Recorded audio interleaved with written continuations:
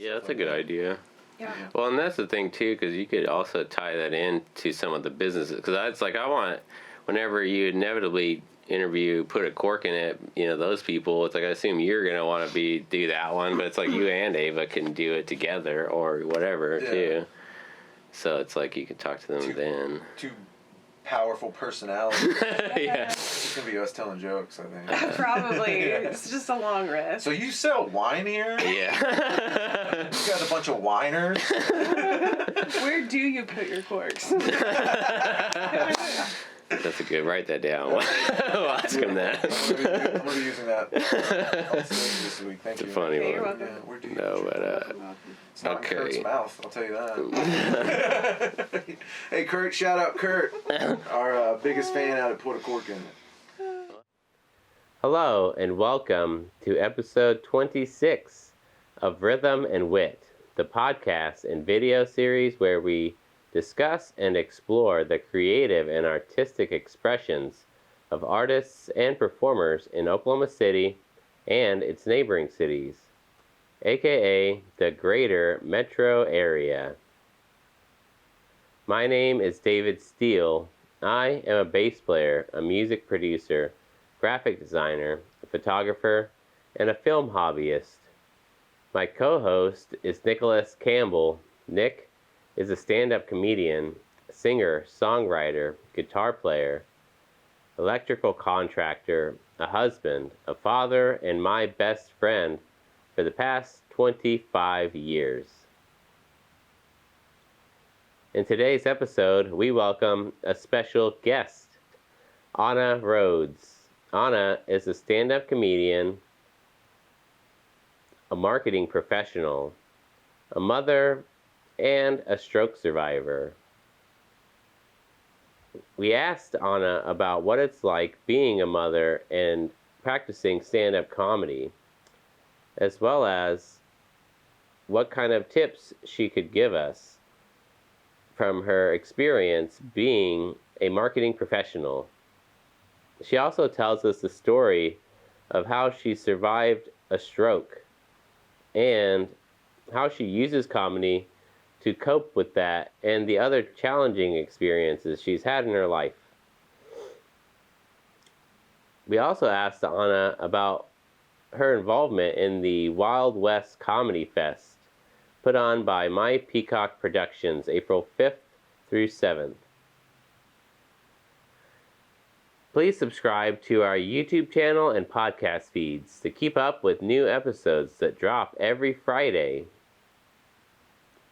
We hope you enjoy today's episode and our conversation with Anna, as we greatly appreciate your time and attention. Ready for the countdown. Alright, in 5, 4, 3. Hello, and welcome to another episode of Rhythm and Wit.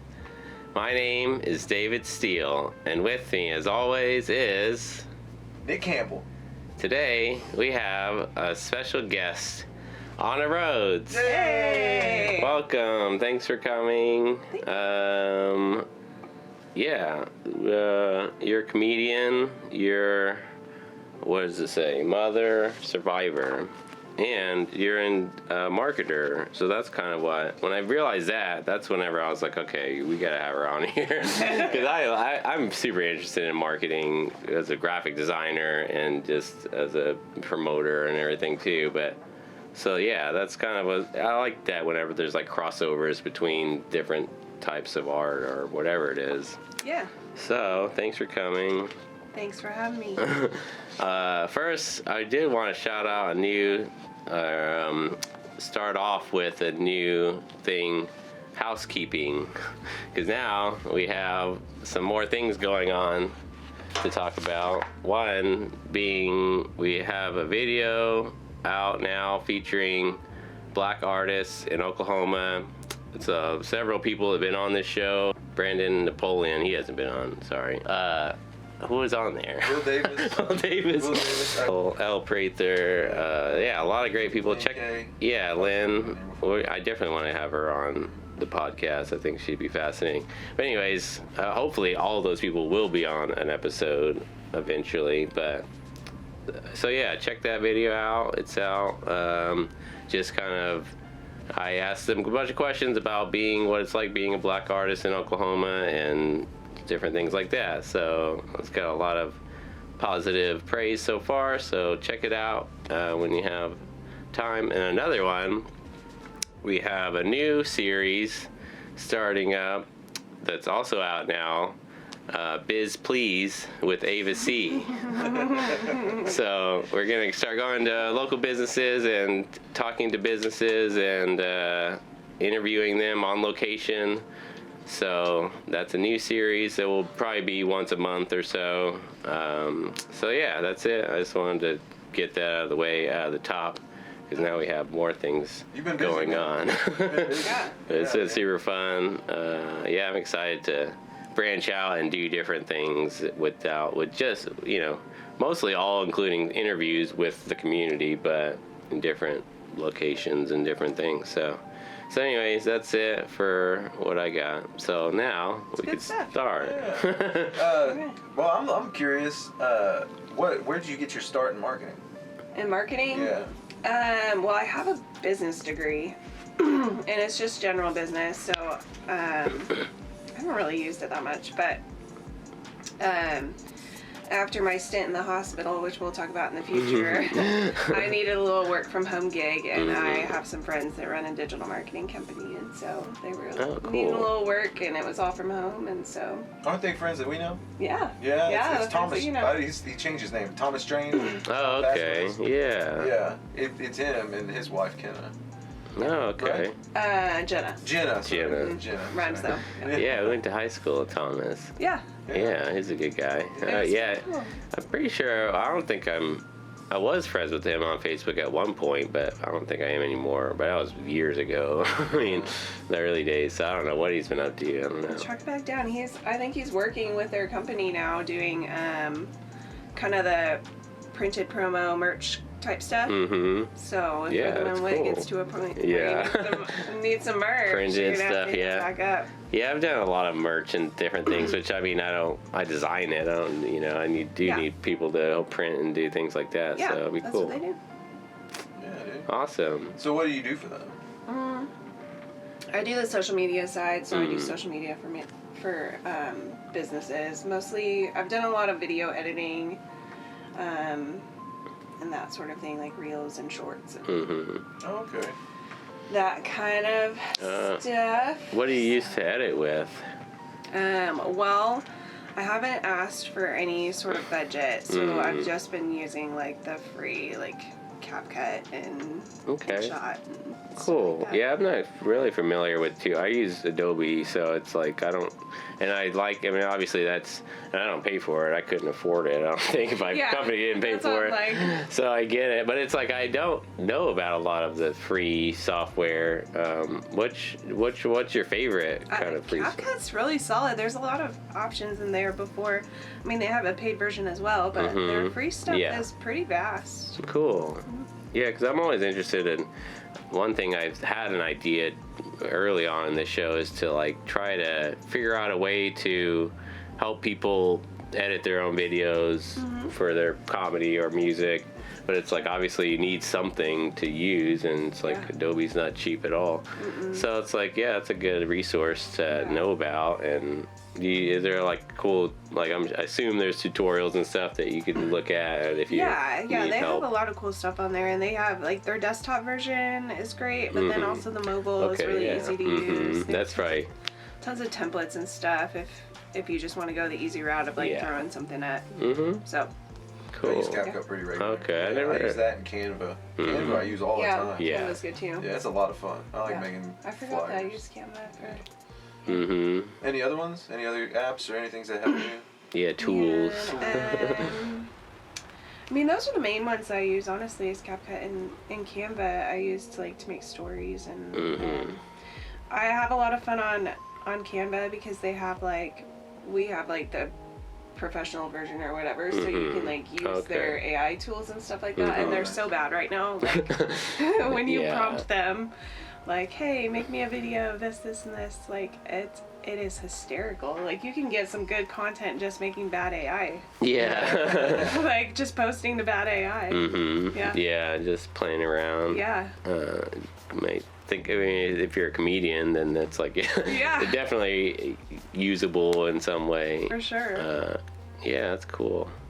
Well, how do you know that what you're doing is successful? How do you know that it's working for you?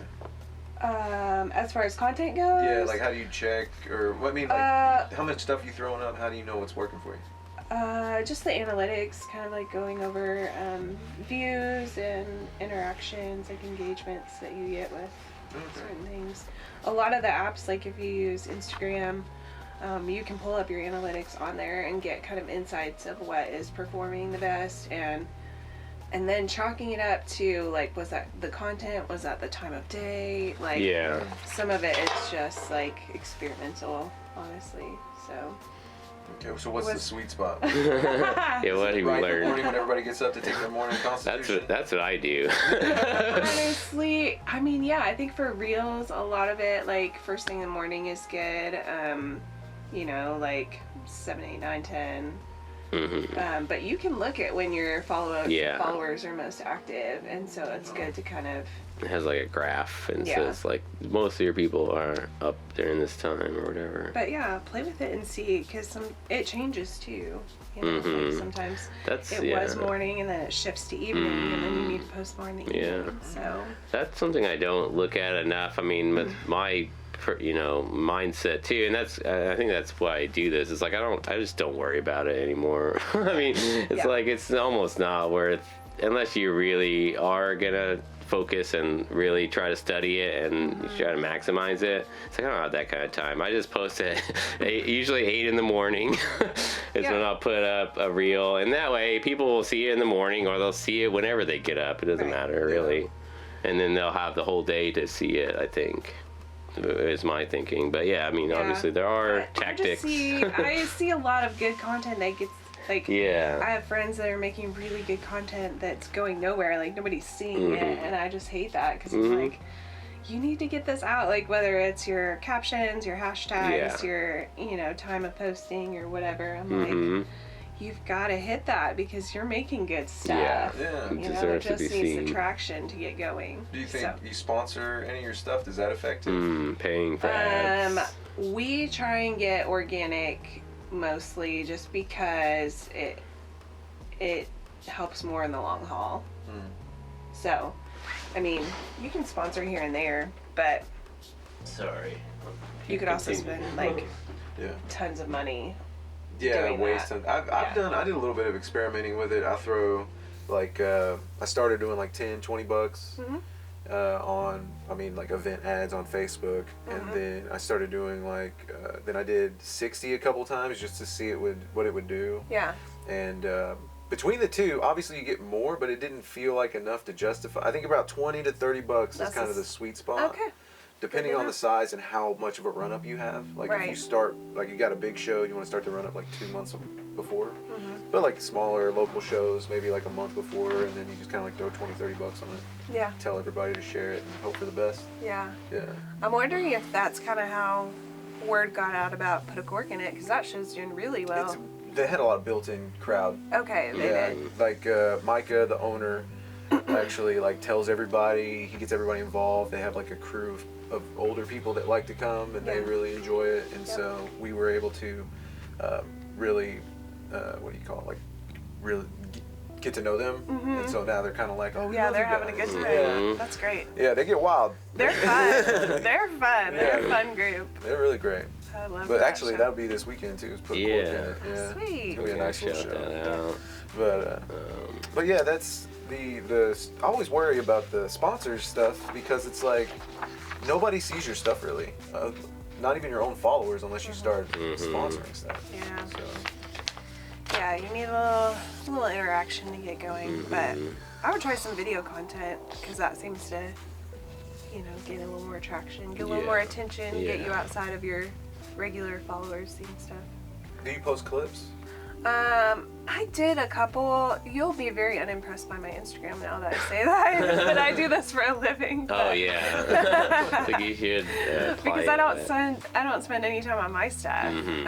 Well, that's kind of like you probably go to work and focus on it all day. You don't want to think about it anymore. Yeah, it's exactly that. Cobbler's kids don't have shoes like that. Yeah. Exactly. So yeah, makes sense. But I've posted a couple clips, but it wasn't long before I realized like I don't have that many jokes to post. Like I can't be burning them. Yeah. Can't be burning them all, and I'm not gonna do crowd work. That's a bad idea. Why's that? I think it's my like cognitive delay. So there's like a weird delay of where if somebody says something, like it'll kind of have a little bit to like it'll be like that little wheel turning, and then you react, and that's less funny. Yeah. So. Well, if you don't mind me asking, was that from the stroke? Yeah. Yeah, it is. So what is it? Have you timed it? What's the delay? Like you like 2 seconds off? I mean, it just depends on the day. Should I talk slower?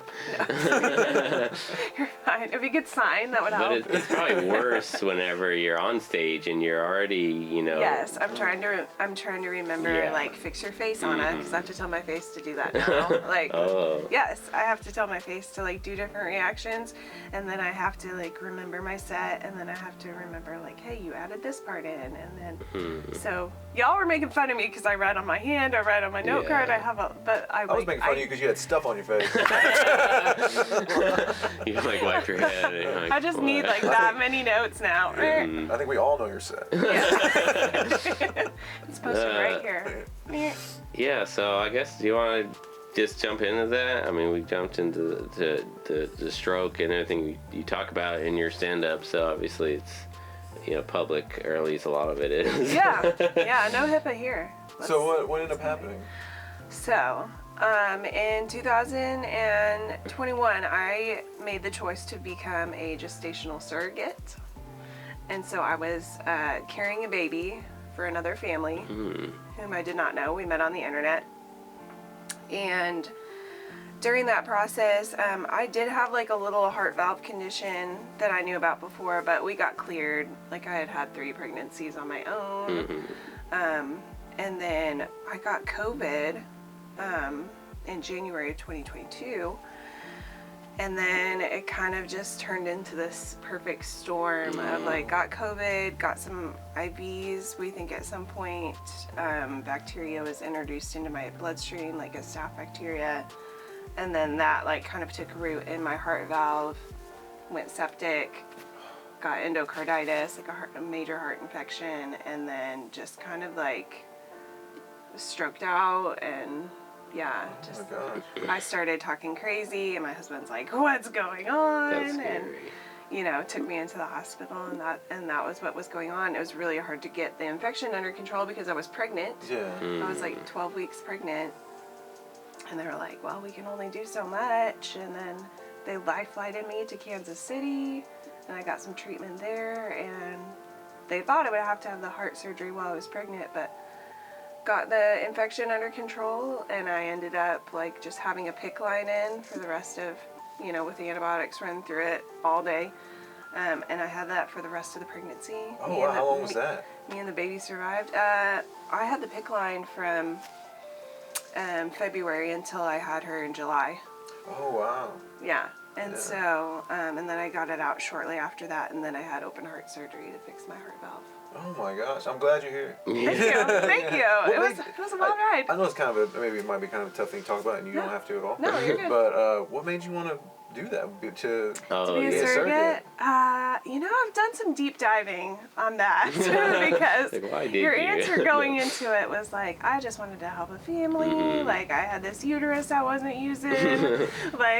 And we had experienced a loss at 12 or 13 weeks. And so it gives you like a little bit of a heart for the infertility community and the people who are struggling to have kids and can't. And I was a doula, a birth worker at the time, training to be a midwife's assistant. So you were around it anyway. Yeah, so I was you were really like comfortable with the process. Yeah, I was fine being pregnant. I didn't love it, but I was willing to do it.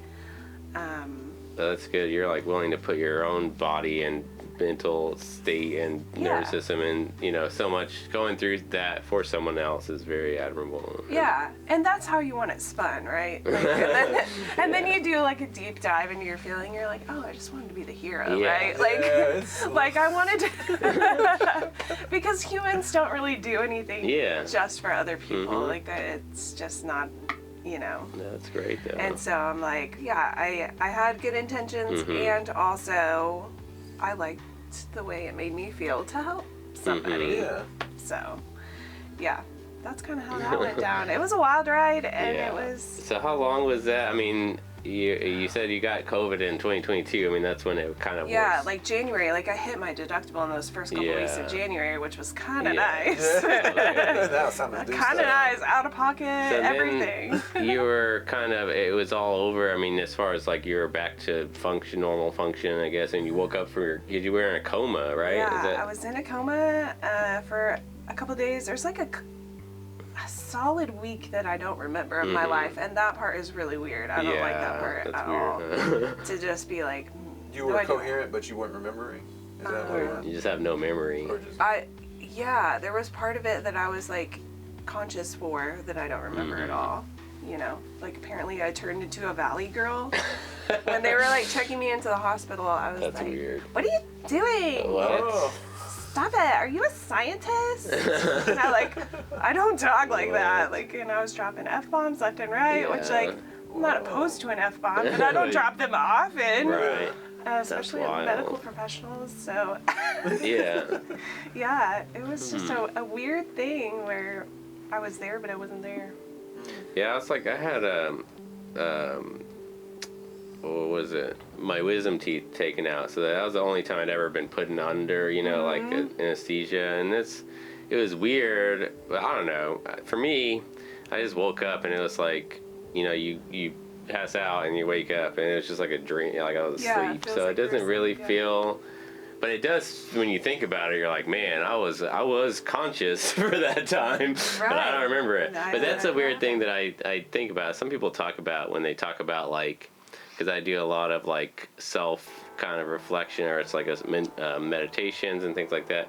But it's like, as far as like, who is that person? Then it's like, it's not necessarily you at all. If your awareness isn't there. It's like, it's not even, where did that, because that's the thing, right? It was like your valley girl kind of act. It's like, what? Where did that even come from? I have a valley girl hidden inside of me somewhere. Weird. It's so bizarre. But it's a fascinating thing, because actually I think there was a podcast I was listening to someone, I think she was a scientist or of some sort, but she had a stroke too, and she was kind of studying herself and using it to like to try to figure that stuff out, because it's very fascinating. But I guess because the coma was only about a week, which is long enough. I mean, I think the coma itself was really only a couple days.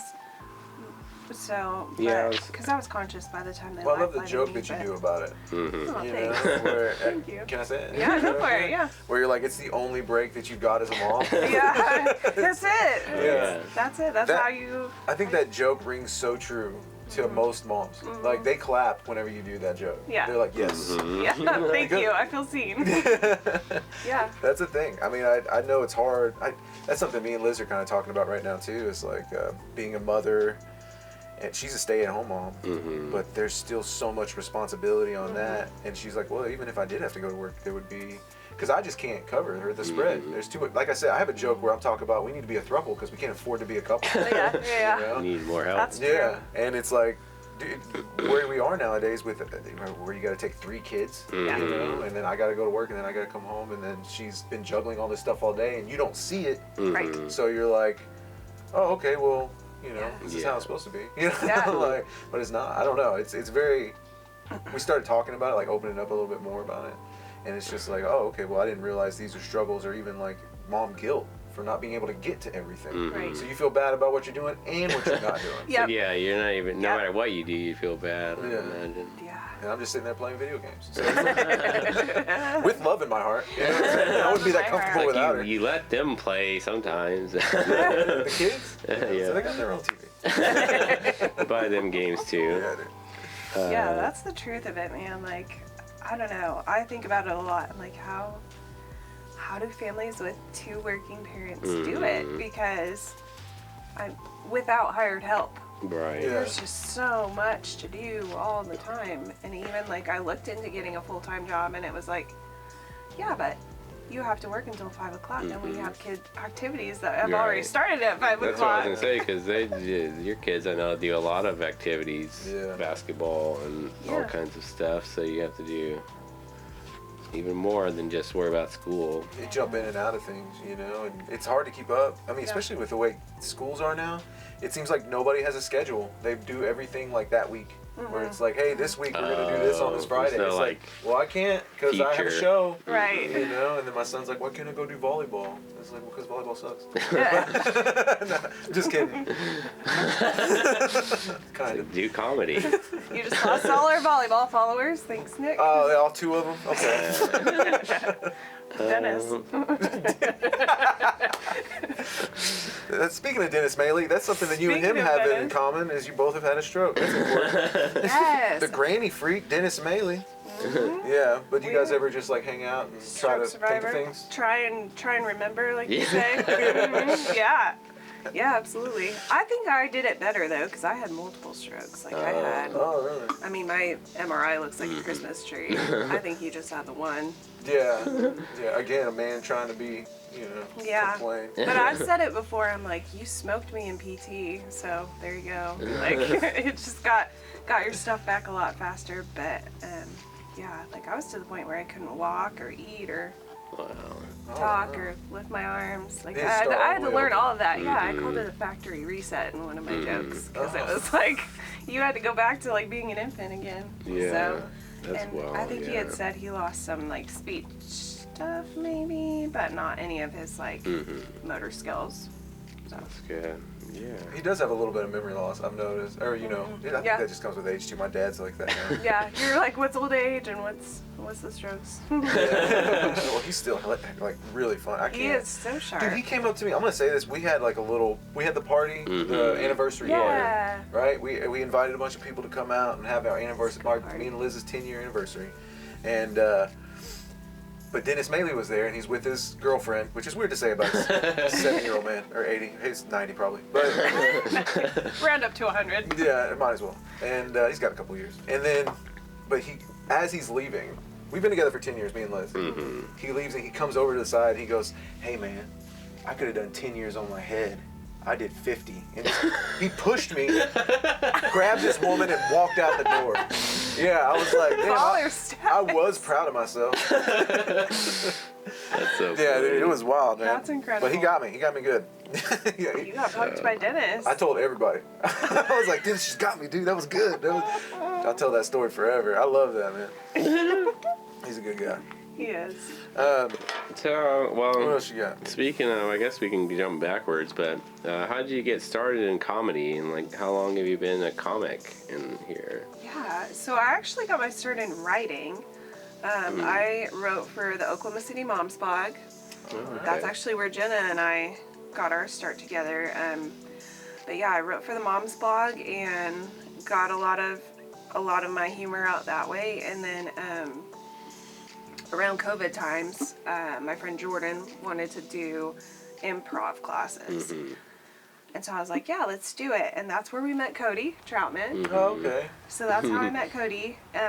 And we did improv, and it was so fun. It was such a good time, but I was not good at it. Like, was not good at it. And I remember talking to Cody and saying, he was like, well, like, what made you interested in this? And I said, well, I want to do stand-up, and, you know, I'd love to have a podcast one day. And he's like, yeah, like, I have a podcast, I make videos, and I think I'm going to start doing stand-up eventually. And I When was was like, this? Was this a couple years ago? that was right before I got pregnant with the surrogate pregnancy. Oh, So okay. probably that summer of like 2021 ish, somewhere around there.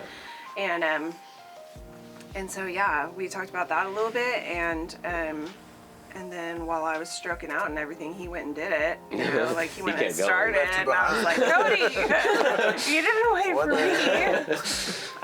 But he was like, yeah, I think, you know, you should definitely give it a shot. And so when I told him, I think I'm ready. I think I'm gonna start stand-up. And I went to a show first.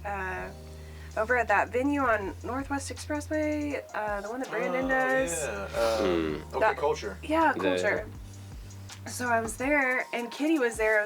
It was a women's lineup, and Kitty was there, and she was walking around, and she was talking to everybody before the show started. In my marketing brain, I was like, "You're smart. You're getting everyone on your side before you hit the stage, so they're already rooting for you." She you did know? that at Enclave too. Yeah, she's so smart. And that's just her. I mean, she's not trying to do anything by it, but it's effective, and it's so effective. And so she came and talked to me, and then talked to me again afterwards. And I was like, "Yeah, I've been wanting to try stand up." And she was like, "Okay. Why'd you come out to the Ugly Flamingo? I'll give you 5 minutes over there." I had no idea what it was, but I was like, "I'll go." And that's where awesome. I got my start. It was a couple weeks later. Nice. Congrats. Yeah. That's great. I mean, it's probably it probably wouldn't have taken you much longer to run into Kitty, but I mean, she was good to run into and meet, and because she is one of those people that wants to help younger comics, new comics to get started. So she's a sweetheart. She is so hospitable in this community, like wanting people to get in and get started. So that's great. And she gives people time, and she advice, and her and Frankie are so nice. And, it's like the grandma. We adopted her. Yeah, as our grandma. That's right. Yeah, my kids call her that. She's that's like awesome. our grandma. Because I assumed you guys had known each other for a while, but it's cool that I didn't realize exactly how it happened as far as that goes. So how do you like it? How do you like being a comic? It's been so fun. Yeah. It's so fun. How long have you been, like, the length specifically? It's about a year? So I guess I started, April of last year. So we're coming up on a year. Yeah. How about you? Because you weren't much before that, were you? No, I was like, I think I'm on a year and a half on the nose. Okay. I'm a little, I think, Because it was December, probably 6 months earlier than you. Right. Yeah. So I think I started in August. Yeah, somewhere. That's what I thought, because I remember doing mics at Bricktown, and I knew that you were newish, and so I was like, kind of like, gotta stick together. Same-ish, with all that early start where you're I love that. Yeah. When you see somebody new and you're like, they're so excited. That's tough. But like they're wrestling through it. Yeah, learning. Because there's like a few months where you're just trying to learn to talk in front of people. Yeah. Where it's like, all right, I can't even get jokes out correctly. Yeah. And then after you're like, oh, I know how to try to be funny. Yeah. You know? And then the rest of it is facial expressions. Yeah. If when I'm bombing, it's because I'm doing this. Get more. Please, somebody laugh. Oh my God, hey, please. We're having a good time. Yeah. You should have saw me at Othello's last night. I thought you did good there. Is your face permanent? I did pretty good, yeah. I cut all the crap out. Like, it was, I sharpened all my stuff, and it was nice to do that. Yeah. Yeah. When you've got 5 minutes, I feel like you're like, I know I can get like a beat going, I can keep it short, I don't have to fill anything, like that takes a lot of the pressure off, I think. Yeah, I think, we were talking about this on the way back, but I was like, last night everybody did 5 minutes, but it was like the best 5 minutes of because I've seen a lot of bad 5 minutes. I go to a lot of open mics, like not at Bricktown where you're working stuff out. Yeah, I mean, that's the thing. So it's like, and I've seen a lot of people that have done it for their first time do 5 minutes, and you're like, okay, you know what I mean? Like, so, but seeing all those, like, I mean, not quite 20, but should have been 20 comics do like the best in the city do their best 5 minutes, it's like, it was a weird experience. It's like, I felt like some of them had their 5 minutes and it was like their whole set condensed into 5 minutes, so it was a weird thing where it was like good, as far as that's hard to do, I think, with to feel like a full set with only a short amount of time. Right. But it was really fun. So let's see, when, I guess you talked about when you started comedy, but what was like, did you grow up like watching a lot of comedians? Do you have any like inspirations of people you wanted to be like, or even whenever you were getting started? I mean, growing up, no, I grew up in a very like sheltered Christian family, and so you didn't watch any stand-up. No, like we couldn't watch The Simpsons. Oh wow, I got grounded for watching Seinfeld in my room once. What? Yeah, that was like 2 weeks of grounding. What? I didn't even understand Seinfeld. You know, I was like 11, but yeah. But yeah, I think I was just the youngest child. What were you allowed to watch? Doug? Thundercats? I don't know. Thundercats Yeah, pretty cartoons. good. Yeah. That's solid. Oh. Oh. So, but You running around saying ho? They let you say that? I know, double standard. you seem like you were curious about it then, even as a child, even though you were Yeah. allowed to. Yeah, I was kind of like a reserved child, and I was a rule follower, you know. And then as I got older, I realized like I was incredibly social, and I liked being like the life of the party and having commentary on things. And I always wrote a lot, even as a child, and so I think I just kind of had a lens through which I viewed life in a little bit of a comedic way. And so it just kind of almost came natural as a path that you wanted to go toward, Yeah. but you didn't know it until what, later on? Yeah. Yeah. What did you write? Anything. Stories. Everything. Yeah, I would write Fiction. a lot of stories, a lot of creative little. Creative writing, yeah. So, and then you said you went to school for business, but did you ever want to be a writer or anything, like try to do that? No, but hindsight, my sister is a writer. Yeah. Like, she's a published author. She writes some crime fiction, and We should get her on. I know, right? Yeah, let's do it. Shout out Laura Oles. But yeah, now that I understand that side of me, like we have a lot of fun together, like bouncing ideas off one another, and She help you write jokes then? well, I will try them on her, and she appreciates comedy too. Yeah. And she normally just tells me it's great. 'Cause she's a great sister. Yeah. Oh, that's awesome. But it's good to at least even sometimes with that stuff. I don't know what it's really like for comedy, but like, I mean, sometimes when you show someone something, it doesn't even matter what their reaction is. It's like you get something from showing someone something, and like you see it in a different way, I think. Because I think about this with music when I'm producing music. Like, I'll listen to a song over and over, editing, doing all this stuff for hours, and then it's like you lose yourself, or you can't even hear it anymore. It's become something weird. But then as soon as you show it to someone else, you can hear it again. It's like you start hearing it from someone else's perspective. It shifts It shifts your mindset, I think. So it's I mean, it's helpful.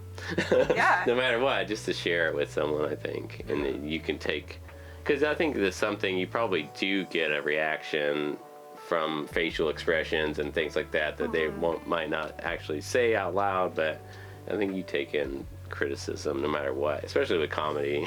Yeah. Well, whenever we used to do, you did music for a while, and we would show people our music, or like, you would almost be like, oh, you would hear all the mistakes. Yeah, you were like, oh, there it is. Like, okay, I could see, and then almost like I like hearing somebody's unbiased. Yeah. But then there's always that little bit of me is like, yeah, but don't listen to this part. Yeah. I messed this up. Yeah. Now Or you try to you try to explain something to someone. I don't think. Yeah, you shouldn't do that. A lot of times they don't even. Yeah, they're not gonna know. Or and sometimes they only will notice because you pointed it out. Yeah. You're like, that does Put a something. magnifying glass on it. So it's better not to say, I think, just to let someone, and if you have a product or something, a joke or music, that just show it and then watch.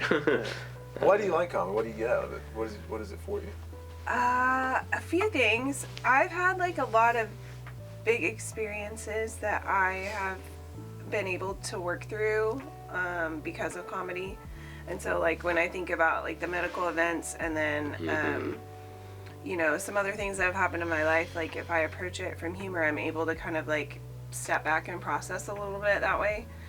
And so I enjoy that. And then I also like making people think and challenging ideas that are out there, and kind of finding the ridiculousness that like separates humanity, and just like poking at it and being like, guys, kind of, we're all working with the same like meat suits, like just kind of the unity of it, the way it brings people together. Yeah, I think that's definitely what happens. Or it's like comedy does put us on a level playing field, or it's like you are the same as, we are all the same essentially as far as on the inside. Yeah.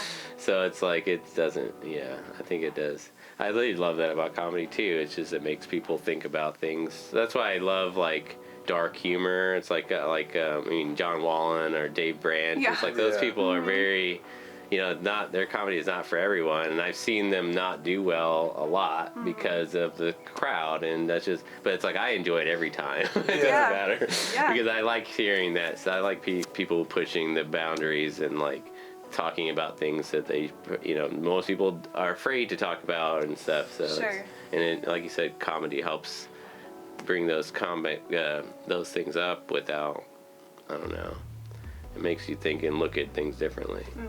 Yeah, I try. So doing this for the amount of time I do, it gets very introspective when you start writing. And you're like, oh, I didn't realize I really felt like I was adopted. Yeah. And I never really thought about it like that because I was raised by my grandparents the whole time. So it's like, oh, I just have 2 moms. Like that's how they told us.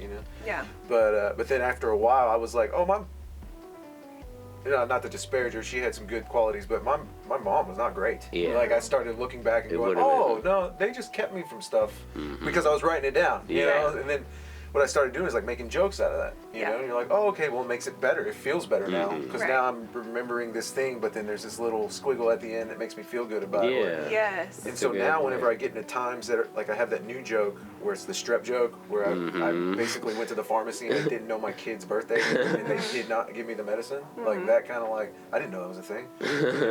And so, but in the middle of going through that, I was like, this is gonna be a fucking hilarious bit. Yeah. It's like, let's lean into it. Yeah. Like, and I was like, who doesn't?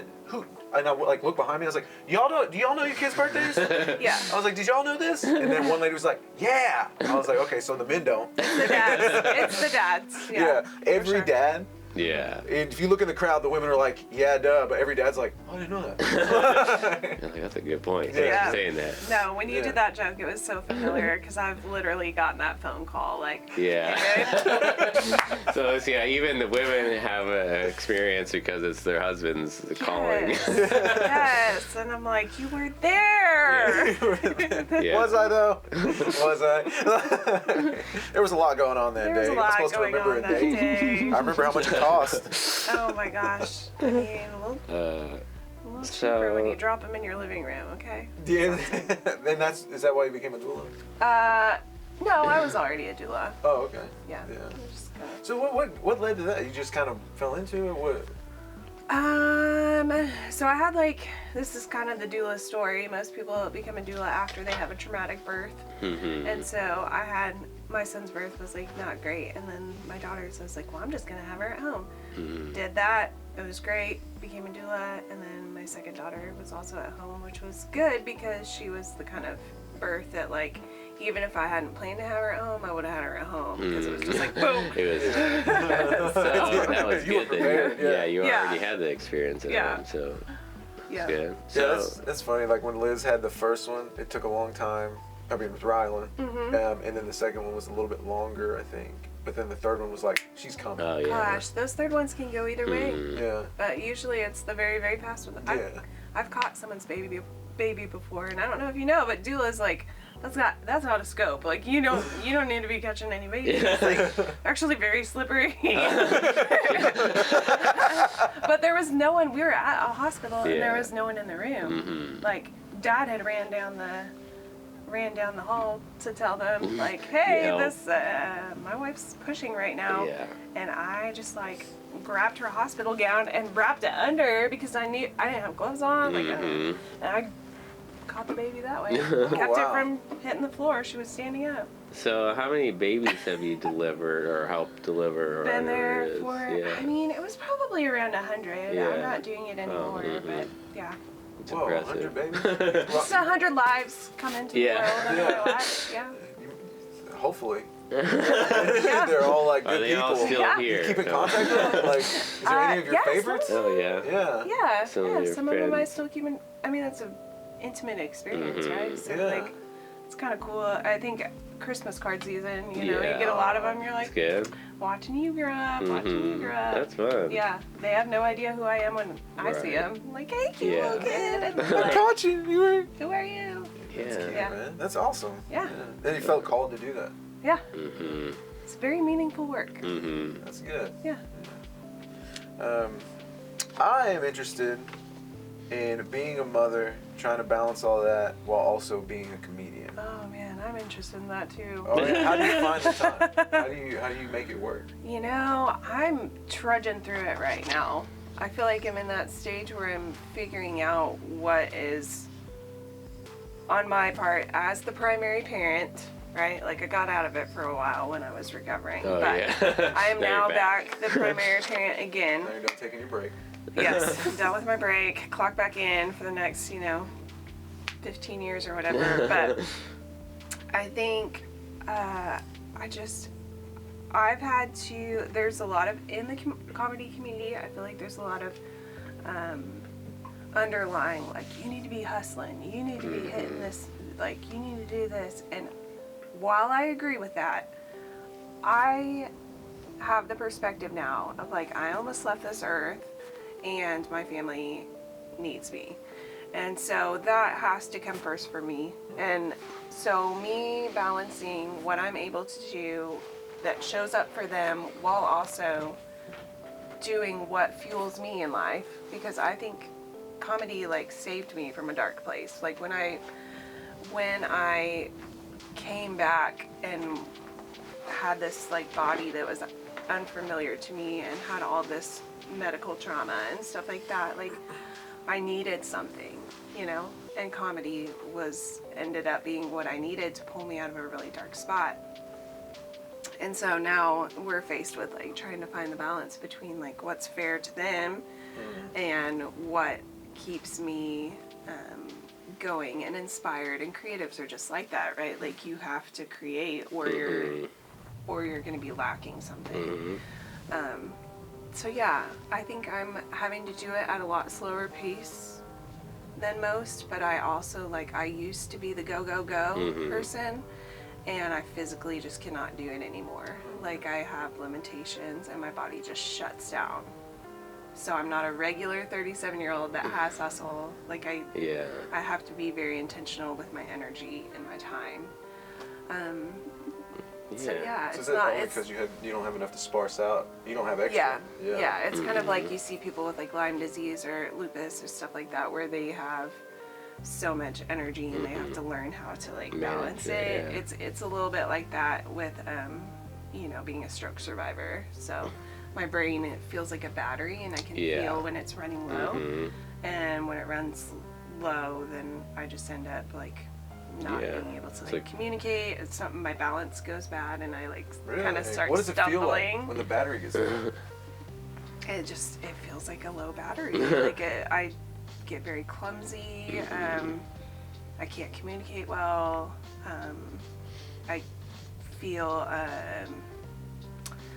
kind of detached.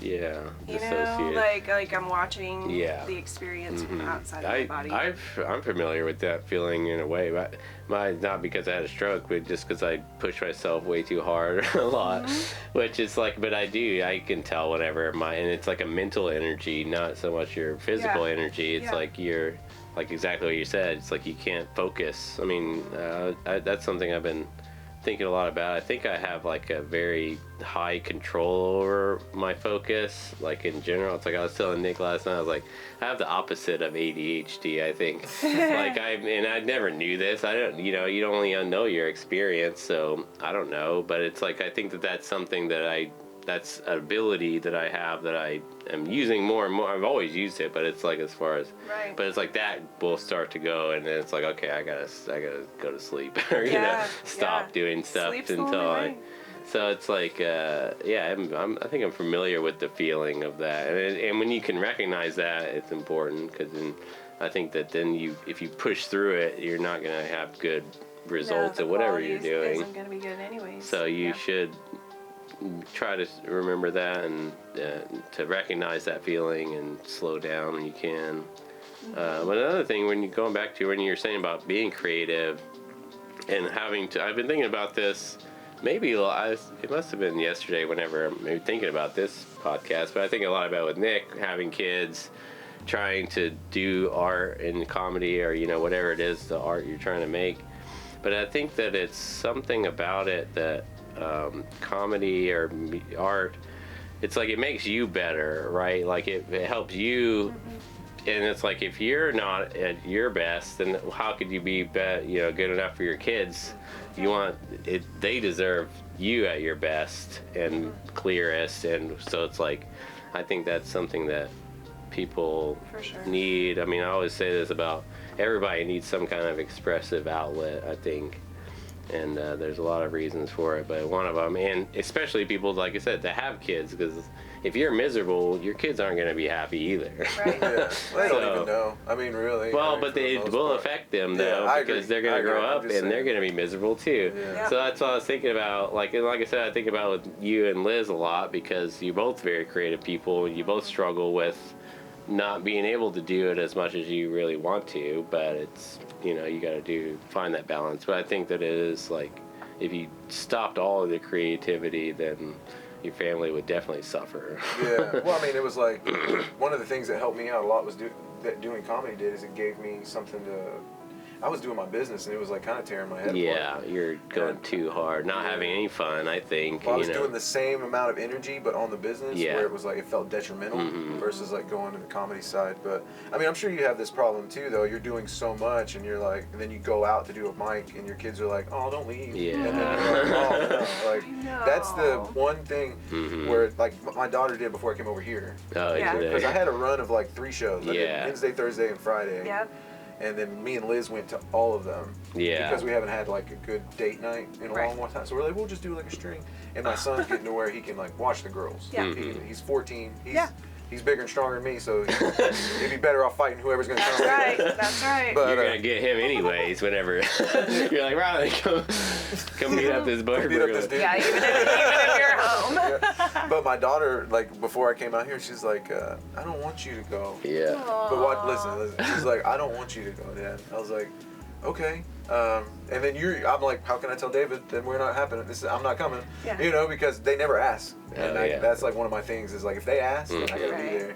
But then Liz was like, what'd she say? She said something. She was like, oh, never mind, you can leave. Yeah, I was like, forget you then, dude. The kid said. I think she said, yeah, your iPad's charged or something. Oh, and she was like, yeah, never mind, you can leave. Oh my I was like, gosh. I don't need you. You know what I'm saying?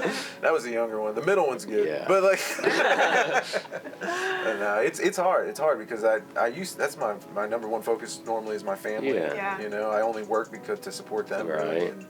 And the comedy it feels very selfish, but it's also like But David said, I think it's the only thing that helps you feel alive. Or me, I put that on me, but like Sure. it's the only thing that makes me like real happy. Yep. You know? Yeah. And so it's balancing all that that's what together. I think it's. Yeah. But I think, like I said, because art in general. Somebody said this to me a while back too, as a musician that I was playing with. But she had said something about like she felt selfish about wanting to create art, and it's like because she wanted to do it for her. It's like it's like she wasn't making music for other people. You know what I mean? I think that a lot of people are like that. Yeah. They'll make music that they want to hear or whatever, which is fine. But I think that it's not all art. Any art that you create is the opposite of selfish, because you're taking your time and energy to create something for the world, whoever it is, to watch, and they don't have to do shit. They can show up at the show and watch somebody do music or comedy or whatever it is, and they get enjoyment. So it's like you're providing something to the world, I think. For sure. And so it's very valuable in that way. That was one of the first things that Kitty said to me when we were at, we were at a mic somewhere, and she was like, these are hardworking people out here. They just want to forget for a little bit, and that's our job, is to get up there and help them forget. And I'm like, yeah, right. I'm like, that's it. That's it. When you look at it like that, like, it is needed, like, it is necessary, and, I don't know, comedy's an art form, and it's probably an undervalued art form, but it's an art form. It's 100% undervalued. But I think that's just because there's a lot of people to pull from, Yeah. One of the things that David brought up was like, if you lose a comic on a show, it's not hard to fill that crowd. Because you're worried about the Northern dozen. Music Festival is coming up, and they do a comedy show out there with a lot of comics, and Nick's like, it's like, I don't know, because the bands, they've had booked for months, it's like they've already got that going. So like, But Nick's like, oh, I guess they're not doing one. I was like, they're probably going to book it like the week before. It doesn't matter. Just throw it out there. We're all like hungry little fish. Yeah, dude. Chomping like, at the bit. Yeah. We're ready to go. Can I get 5 minutes? Can I get 5 minutes? And it's the same with I'll bands. pay you. It's the same with bands too, but it's still a lot. You have to do a lot more scheduling with bands. Obviously, comics is just one person. They show up. You barely need a mic. Yeah. Yeah. Dude, sometimes, dude, we'll go out doing Pretty Cork in it. I would go to take a trip and try to like pick people up, Yeah. like on the street. Down the street, yeah. And I've gotten pretty good at it, but a lot of it, and what I've noticed about even comedy, is just like, oh, we're talking now. I don't know if you knew that, but I'm letting you know right now that we're talking now. Yeah, yeah. And then once you command that kind of attention, obviously you want to be kind with it. Right. Like that's kind of how I do it. And you wear a jacket, you don't wear like this because you don't want to look homeless. But if you wear like a nice suit jacket, and you hey, how's it going? Yeah. You know, and people are usually like, this guy's got something to say. Yeah. I think that confidence in your ability to like just almost impose yourself on another person unapologetically, like this is happening to you now. Yeah. You know, that's a part of what comedy teaches you. Yeah. You know, to fight through. Well, not fight, but almost like you're gonna accept me. Yeah. I'm working on that. Working on that for sure. That's been a struggle. How long did you? I saw you had a book. Oh yeah. Yeah. I brought the comedy Bible with me because I Yeah. am working through it. Like I have plenty of material that I've written, but I think it's interesting how she sets it up and like finding areas of your life that are unique to you in order to write about and find the funny in those. And so I'm kind of working through that right now. But yeah, I don't know. Have you worked through it already or I've read worked through it? That one. That one's a Okay. really good one. Yeah. I like how she structures. Like I mean, one of the hardest parts I've found so far is like keeping up with everything, so that you know, like, okay, I've got family stuff. I've got tons of family stuff. I don't even know. I've forgotten how much I've had. Yeah. You know, and so it's like, well, I don't even know what to do. So she has a great way of organizing that. Yes. And also getting down to the bones of who you are and Right. what you can talk about. Right. So like I think in there, I don't know if she says it, but a comedian says like there's really like 3 to 5 things you're normally going to talk about, just because that's who you are and it's your perspective. Right. And but yeah, it's a beautiful book. I love Judy Carter. So Yeah. it's a great one. Have you read a lot of other books? on You know comedy? what? I love to read. There's I love tons to read. of I'm a them big out reader, there. and I love comedian memoirs. So I've. Did you read Jerry Seinfeld's like "Is This Anything"? Yeah. It's just basically like his bits that he didn't ever use. Oh, and yeah. Some of those had me laughing out Yeah. loud. I'm just like, how did that never make Yeah. the cut? Like, He's just that funny. I think anything he Did you says. get in trouble again for listening to Jerry Seinfeld? yeah. My mom called. And she's like, "You're grounded." Dang. She canceled my internet. Well, yeah, like, I just thought of this, but you'd mentioned Seinfeld earlier, but I always thought, I mean, he's like the observational humor guy, right? So it's like, I wonder if that's a similar style to what you try to go for, like you'd mentioned about pointing things out in the world and talking Yeah. about things and talking about the absurdity of things. I think that's very much his style. Yeah, I like that's him cool. a lot. Ali Wong Yeah. wrote this really great memoir to her daughters, and it's basically going through and telling like her whole story of like how she got into comedy and then, you know, what happened to like becoming a mom and balancing that with comedy. And the entire style of it is just so phenomenal that I'm like, if I ever write a memoir, like I want it to be like this. Yeah. Like she just does a really good job. And she caveats like the entire thing by saying like, hey girls, like you can read this when you're 21, you know, because she Oh, goes nice. into like some adult stuff that Yeah. happened. But I'm like, cool. yeah, that's exactly how I picture like my memoir being. It's like some sort of writing style directed towards, Yeah. you know, people that are close to me and already know me, but maybe don't know everything behind it. So what is your writing process? Like, are you free writing? Are you journaling? Are you just thinking ideas, writing them down? Yeah. So I mean, like any comedian, I probably have like notes and notes and notes in my phone that I'm just like, that's funny and that's a funny concept. Sometimes it's a concept, sometimes it's a sentence. Yeah. Sometimes I come up with a whole bit in my head. A lot of those happen in the shower. I don't know why. Do those happen in the shower for you? Yeah, sometimes. Mine's when I'm just- driving. Oh, Yeah, yeah. yeah. So now I Driving's gotta good. try to work my phone. Right? Exactly.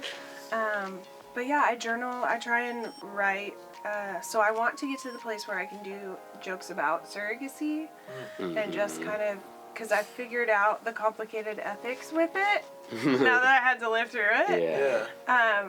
And so I do a lot of journaling about surrogacy because I kind of want to uncover like what's behind that. Because you've seen comedians before when they joke about stuff and you can tell they're not ready to joke about it yet. Yeah. And it's just awkward. I've done it. Yeah, the same way, yeah. And you're like, okay. So I'm intentionally working through that right now because I want to get to the place where I can write jokes about it because I think it's so interesting. What is working through it? Is it writing? Yeah, trying to understand it's just it. writing. Like I will set a timer and I will be like, I'm gonna do 15 minutes of what I remember regarding this experience, and I'll just Do you type? Yeah. Do you like typing? Yeah, I type it. I think when I'm getting ready to do a set, I try and handwrite it because I feel like that sends like a different message to my brain. But when I'm just trying to get it out, I type it. This is the quickest way, probably. Do you do the, so you say you have a hard time with your memory.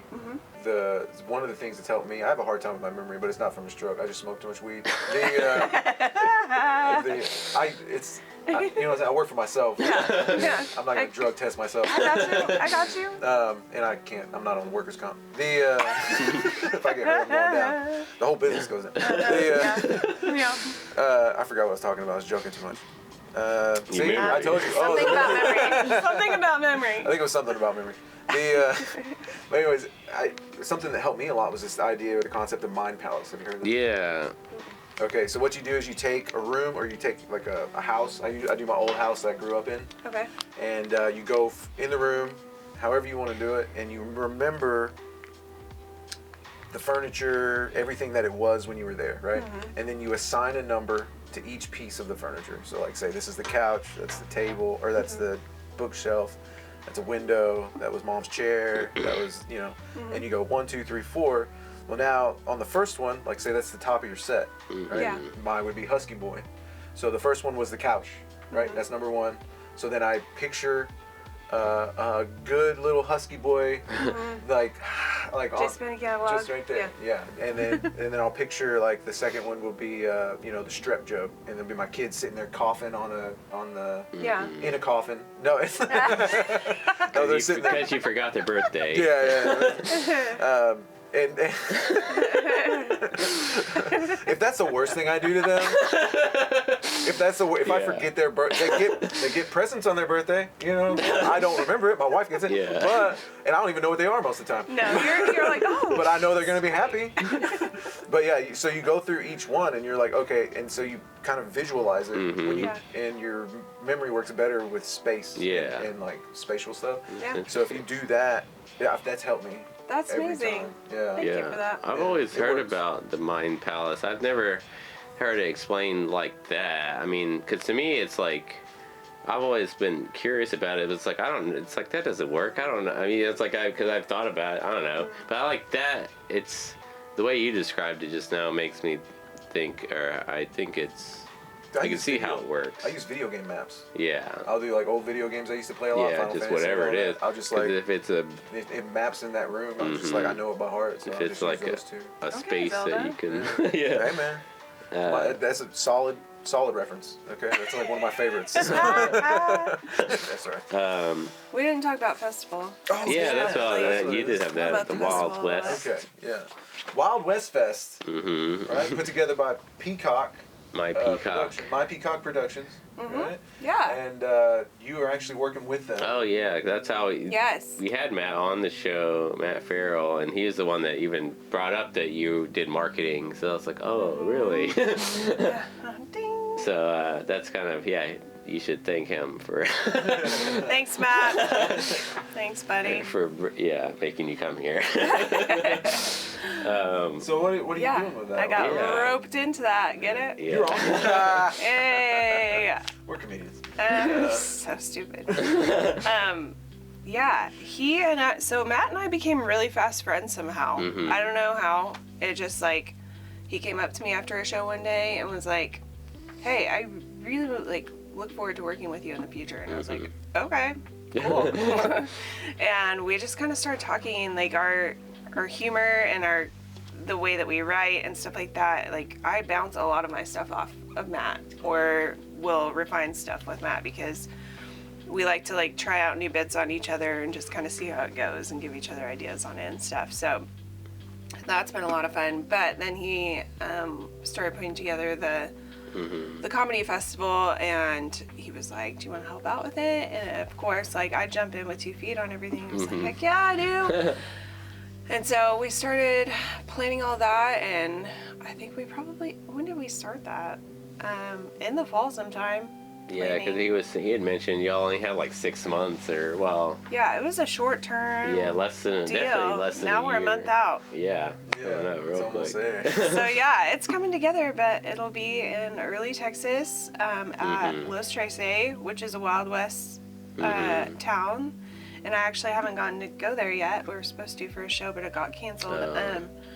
But it's super cool, and it's family friendly, so we'll have stuff out there for like the kids and families to do during the day, and then at some point in the evening we'll finalize the schedule and get it out there. But it'll kind of switch over into like, you're gonna want to get your kids out of here. So but we'll have stuff on that. Do you on have an area where you can just shove the kids, like maybe like a ball pit?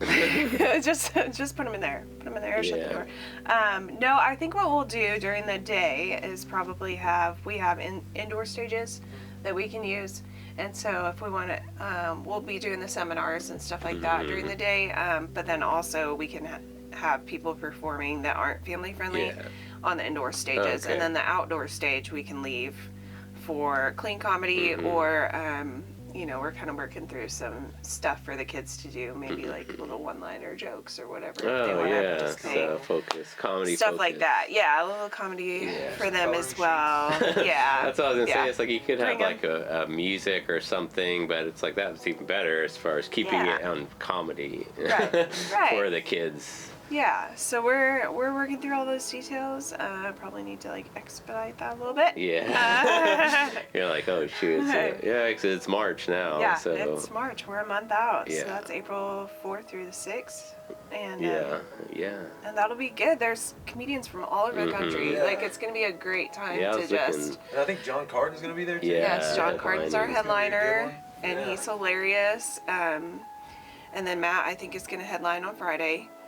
So we'll have that, and then we'll have like a little networking thing on Thursday for the comedians, and then a brunch on Sunday for the comedians. So beautiful. That'll be good. You can kind of like find other people that like, oh hey, you are from Missouri, and I have a spot that I can go to in Missouri, or someone I can call in Missouri if I want to get on some stuff, and just kind of, because that's incredibly important in comedy, especially as you grow, is expanding your network and seeing what all's out there and who can kind of connect you with new places, new audiences, because eventually, like, the 405 is sick of our jokes, they know our set. I've had somebody say that, where they were like, hey, I hear a lot of the same jokes from all these comedians, and you're like, yeah, but that's part of it. That is part of it. But like, I've written more because of that now. Yeah. Right. Yeah, we're refining is what we're doing, guys. But it's the thing of where like you have to do it hundreds of times to perfect it, and then and you don't want to do it in front of the same audience all the time. Yeah, it's not gonna. I mean, that's what even Matt had said on his episode, was like, that was, I think, one of the biggest things that I remember from that was like, you have to get out, because it's like you can only go to this well so many times for your reactions to your bits, and so it's like you have to find new crowds, new audiences. And there's only so many people. Seems like there's only so many people here that even care about going to watch comedy. It's like, even as many people as we have, there's only a small pocket that even want to go and experience.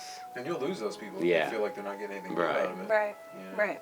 So it's important. But I think that, because it's similar with music. I've thought about this forever. I mean, for like, since we were playing music, was like, you can only play a show in one city like maybe once a month. You shouldn't even do that. Like maybe every 2 or 3 months in Oklahoma City, because it's like, who's gonna come see you play the same songs in twice in 1 month? It's like, it's hard to get people to come out to see you, and because unless you're I mean, even if you were doing a completely different set, it'd be hard. So that's kind of a rule that I've always had for music, was like play no more than the same city once a month. But it's like you could do that with comedy too. I mean, you could just not do any shows here. Like, I mean, Matt Farrell, he doesn't do shows in his own town anymore because like everybody's seen him 100 times. So Right. it's what's the point? Yeah. Even if he does do new stuff, it's like. But I think that you could do that with comedy. Just like, okay, well, I'll do a show in Oklahoma City this month or this week. Do a show in Norman. Do a show in wherever, Reno, I don't know, in different areas. Try to spread out, and then go to Tulsa, go to Missouri, go to wherever. Yeah. And just kind of plan. I think that's a better way if you want to keep your crowds fresh and get better reactions. Yeah, I'm trying to work on doing that right now. Yeah, you got a show next. Well, it's actually Saturday. What is it? The 9th in Missouri. Yeah. Nice. Missouri, Seneca, Missouri. That's with Jeremy Link, which is he's been real helpful, real kind. Yeah. Nice. Giving me a lot. He of does a lot of stuff outside. Doesn't he do the Texas stuff too? And or what's it called? Gainesboro and White something. No, Whitesboro. Whitesboro. Texas. That was an interesting one because it was like a huge wedding hall. Yeah. And that was one of the places where I learned like an echo can kind of kill your set if you don't. So I learned to slow down. Yeah. Yeah. So yeah, that was a fun one. But yeah, stuff like That's that so I think cool. is important to focus on. Yeah, and I don't know if like you've had this problem, but when I was early on, I just wrote new stuff every time, and I just did new stuff every single time. And really? after a while, I got some advice. They're like, well, you kind of like, you want to take this stuff and refine it and see if, like, wrestle with it and see if you can make it work. For me, it was almost easier just to write new things and like try new things. And they're like, oh, you want to build a set and you want to have it like, it's gonna get repetitive, but I get bored, you know. So like, I don't want to say the same jokes every single time. That's what I was just thinking. That's part of it, and playing with them. I'm learning to enjoy playing with my jokes a little bit and starting them differently and taking different bits and like switching it around. Like try the end at the beginning or the beginning at the end and see if it works better that way. So I started branching, so like if I hit one spot, I can go to 3 different jokes from there, and then go to the next. And then what I also do, this is fun for me, but I'll set up my, like say I'm just working on a set, like I'll set up a good joke, and then I'll do one that I just wrote, and then I'll do a premise without a punchline, so I can figure it out on stage, and then I'll do another one that's like a new joke, and then the end is going to be one that I know is good. A strong one, So you kind of like sandwich all that in there. But what I've done is in between each one, I check for reactions, and then if somebody looks like they like have a shared knowledge, like they feel like they do that, and I was like, well, what were you thinking? Yeah. Why did you? You know, and then I'll try to like joke with them. So you go into your crowd kind work. of do like crowd work based on that, and that's kind of helped me like stretch things out if I needed to. Yeah. You know? So it helps them get more engaged. Right. You know. Right, especially in that middle part where people kind of tend to, you know, like go into their little world, because that's just how our brains work, right? Like, you're like locked in at the beginning, and then you kind of like settle in, then you need to wake them back up a little bit. Yeah, that's true. But it helps because it keeps them engaged. I feel like they're afraid they're gonna be called on, so they have to pay attention. Like maybe that's what it is, but because I know that's how I feel when somebody does it to me. I never sit up front in a comedy show. Really? Never. You're out of your mind, dude. That's one of my biggest fears too. But like, and it's already happened to me to get called. I mean, of course it will, because I'm friends with most of these people now anyway. So, and that makes it easier. Honestly, I'd rather have people call me out that I know well. But but it was a big fear for me. But when we started going to shows, it's like, I don't want anybody to, make fun of me or do. Because what's his name? Pat Ferris. Yeah. He was going hard on some people last night. I was like, man, you just coming in hot on some people. They're just sitting. Like, what? And that's how he says it too. He's like, I picked on these people up front, and I kind of got the crowd going, and he works though. But but I like his. I love his stuff. He's honestly. like the annoying little brother. You're like, Pat, leave me alone. I think he was. I think he did a good job last night, but it was. Well, he used to practice. What's that? It used to be a chat roulette. Is that what it was? Oh. And he would like, when they showed up, he would just roast them. That's funny. And then he would get another one. He would roast them, and that's how he practiced. Yeah. I want to learn how to roast. Yeah. I really do. I'm too nice. We're too nice, and we want to get tougher. You need to like. Someone needs it. Julie, teach Yeah, us how to roast. That's what I was gonna say. Get Julie, like you guys, get some comics together that all want to try learn and maybe meet up. I don't know. Yeah. Well, I started trying to write roast stuff, and Yeah. I run stuff by Cody Troutman. Uh-huh. Because he's just a nice guy, and he's not going to tell Yeah. you you're bad. No, he's not. He's not. Sweet dude. But I'll run it by him, and then he'll think it's funny. And I'm Yeah. like, oh, that's a good one. And then like 5 minutes later, I'll be like, that was kind of mean. Because I don't tell You, him that I'm feel running bad. it by him. Yeah. I just do it Yeah. on him. And Yeah. be Oh, like, but then you second guess yourself. Yeah. And then I was like, hey, I didn't mean that. You know that, right? He's like, yeah, I know, we're joking. Yeah. Oh, I you're was like, practicing roasting Cody. Yeah, but without his knowledge. But he kind of knows. You know what I'm saying? I told him I'm practicing this. So right. it was like, just be on the lookout. Yeah. You're like, pair me up with Cody. I've got this. Yeah. But it really just looks like I'm mean to him. No. Yeah, your text messages just But look he like goes- bullying. No, this is out in public. Yeah. Oh, in real In life. front You of want people. people Better. to see it. One time he gets off, he did a hosting set. He did all right. You know, host sets are tough just because you're up top. You got to get everybody warmed up. They're still getting their drinks and everything. Yeah. So it is a little harder. And Cody is just a nice guy. Yeah. Yeah. But sometimes he's a little, goofy and stuff. Uh-huh. But the people were still getting settled, and he wasn't really getting a lot of laughs. And so I think I was up next. And then he goes and sits down. And I was like, hey, guys, I just want to let you guys know this is a really tough thing to do, and it takes a lot of heart, a lot of effort. And I just want you guys to give Cody a big round of applause.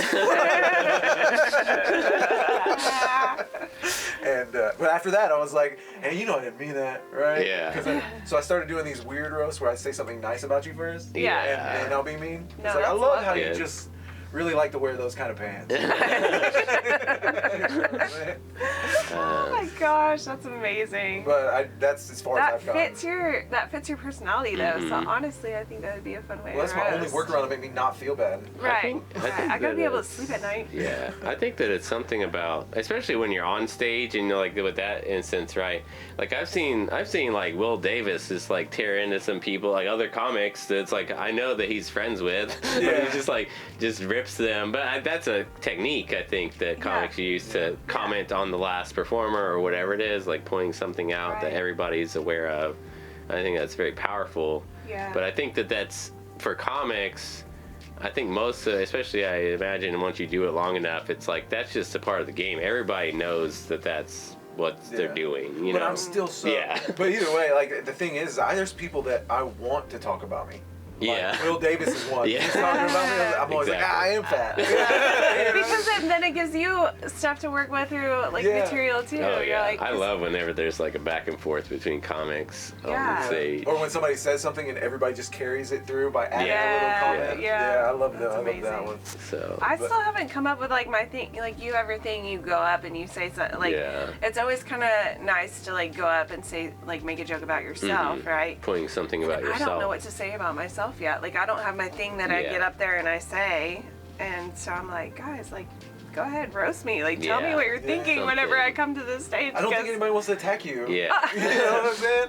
Because it's like, I don't want to, I mean, obviously I don't want to hurt her feelings, but also you can come off as like this sweet Yeah. mom on stage. Yeah. So it's like, Oh, you don't want to thanks. attack that person because then nobody's going to want to listen to your jokes. Yeah. So I it's mean, like, that's I what see that. that's what I would suggest. I'll I try. mean, if anything, because to me, it's like whatever is like the most like obvious thing, right? Like, I mean, Yeah. for me, it's What I don't is know. it? Yeah, I mean, you could say something about being a mom or something. I imagine. Do I you know. look like a mom? Well, it's just I think that, like you said, That's your you have personality. you Yeah. have kind of a vibe about that. I mean, because you could not have any kids and be no different as far as the way you look. I mean, Right. as far as Yeah. so it doesn't. Well, some people look like moms. Though. Yeah, but I mean, as far as you, I don't know, something. Yeah, I don't know either. Yeah. Help me figure it out. Yeah, fine. Well, you ever heard or I mean, maybe do 7 something. Habits of Highly Effective People? Yeah. So in 7 Habits of Highly Effective People, there's like this idea of there's a few things in your life that you really, like David, you focus on different things that you kind of like Judy talks about. Yeah. But mine are, and it's like a hierarchy of needs Mhm. basically. So it's Yeah. like a lot of people's God. I don't have anything against God. I just like I just believe there's an omnipresent. It's a whole outside thing. But Yeah. but it ultimately goes family. God, family. and then spirit, body, like that. It kind of goes through that. Mind though is like family, work, or comedy. And so there's these things that are just staples in your life that always happen. Yeah. Right? And so one of mine has always been a chunky kid. Yeah. And so that's where I got Husky Boy from. And it encompasses this whole idea. I give puppy dog energy. So like the husky thing kind of goes with that. Right. And so I wrote all that out and then did like trees on each thing. Yeah. So family, work, and then where it made connection, I try to make jokes on those. Right. And then that kind of is your overall main theme of what you do. Yeah. Right? Yeah. And that's just me shooting in the dark. Yeah. So you take that seriously. Well, that's a good, I like it. good technique. That's really I mean, helpful. there's probably not any, best way to do it, but that's a way, and it's effective, I think, as far as, like you said, finding the connections between your different types of interests or whatever. Maybe it is Valley Girl. Maybe you're just Yeah, not going in the direction. Maybe That's what I was maybe I gonna need say. to embrace my Valley It's Girl. like you could do something like wear something like purposefully to make fun of, or you know what I Right. mean, Yeah. just to Yeah. give yourself something. I mean, it's a way. I Well, don't when know. my son roasted me, that joke that I tell about my son saying, Yeah. like, you just come off as the girl who lived in the friend zone. Yeah, Like, yeah, I'm like, that could what be is great. that? That could be Like, a great how- opening, actually. Yeah, I think. Yeah. honestly. Like, that might be it. Yeah, I'm like, something apparently like that. I'm just... Because it's like, or giving those another thought I vibes. had was like, if you look like somebody, it's like any person that you look like, or Right. some, that's a good one, I think, to Yeah. point out if there is. I mean, or I don't know. Yeah. That's a tough one because I'm wanting to do a different one because I'm starting to lose weight, so now I'm not husky. Yeah, now you have to change it up. So I was like, well, where am I going to go? Yeah. But I just went, I used to be called Yeah. Husky Boy, and now I switched the joke a little bit. But it's Mhm. like, it always evolves with you. Yeah. Yeah. Yeah, that's good. You know who does a really good job with that is Steven Rogers. So Steven Rogers came through with Dustin Nickerson. He was the feature for Dustin Nickerson, and he like has this.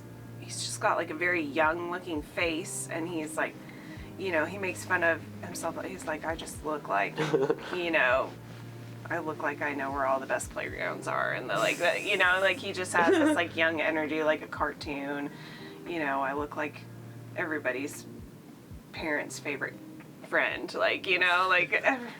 so I don't know, he does a lot of stuff on that, but it's just like how approachable he looks, and like how young and like kid-like he looks, and like I think you have a lot of that approachability too. Mhm. Like you just look like the nice guy that you could come up and be like, hey. I've always had that. I think I've always been able to make people comfortable very quickly. Yeah. Also work in people's homes. And Yeah. You can't be weird in No. people's homes. No. You brought a van. Yeah. You know what I'm saying? Like Yeah. anything could happen. Yeah, But very cool.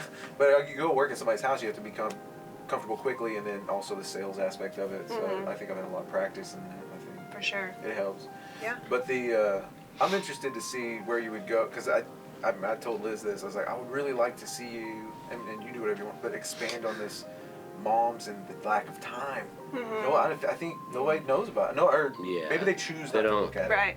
it, because that's a part of it too. But I love that struggle. There's a lot of, I think, There's a humor lot there. there. There is. There's There's a lot a of pain points. Uh-huh. There's a lot. For sure. And it's unseen. For sure. Yeah. You know. I want to talk about, all the things that, like, you're supposed to like as mom and you don't. Like, class parties. Oh yeah. Yeah. Every time I have to go to a class party, I'm like,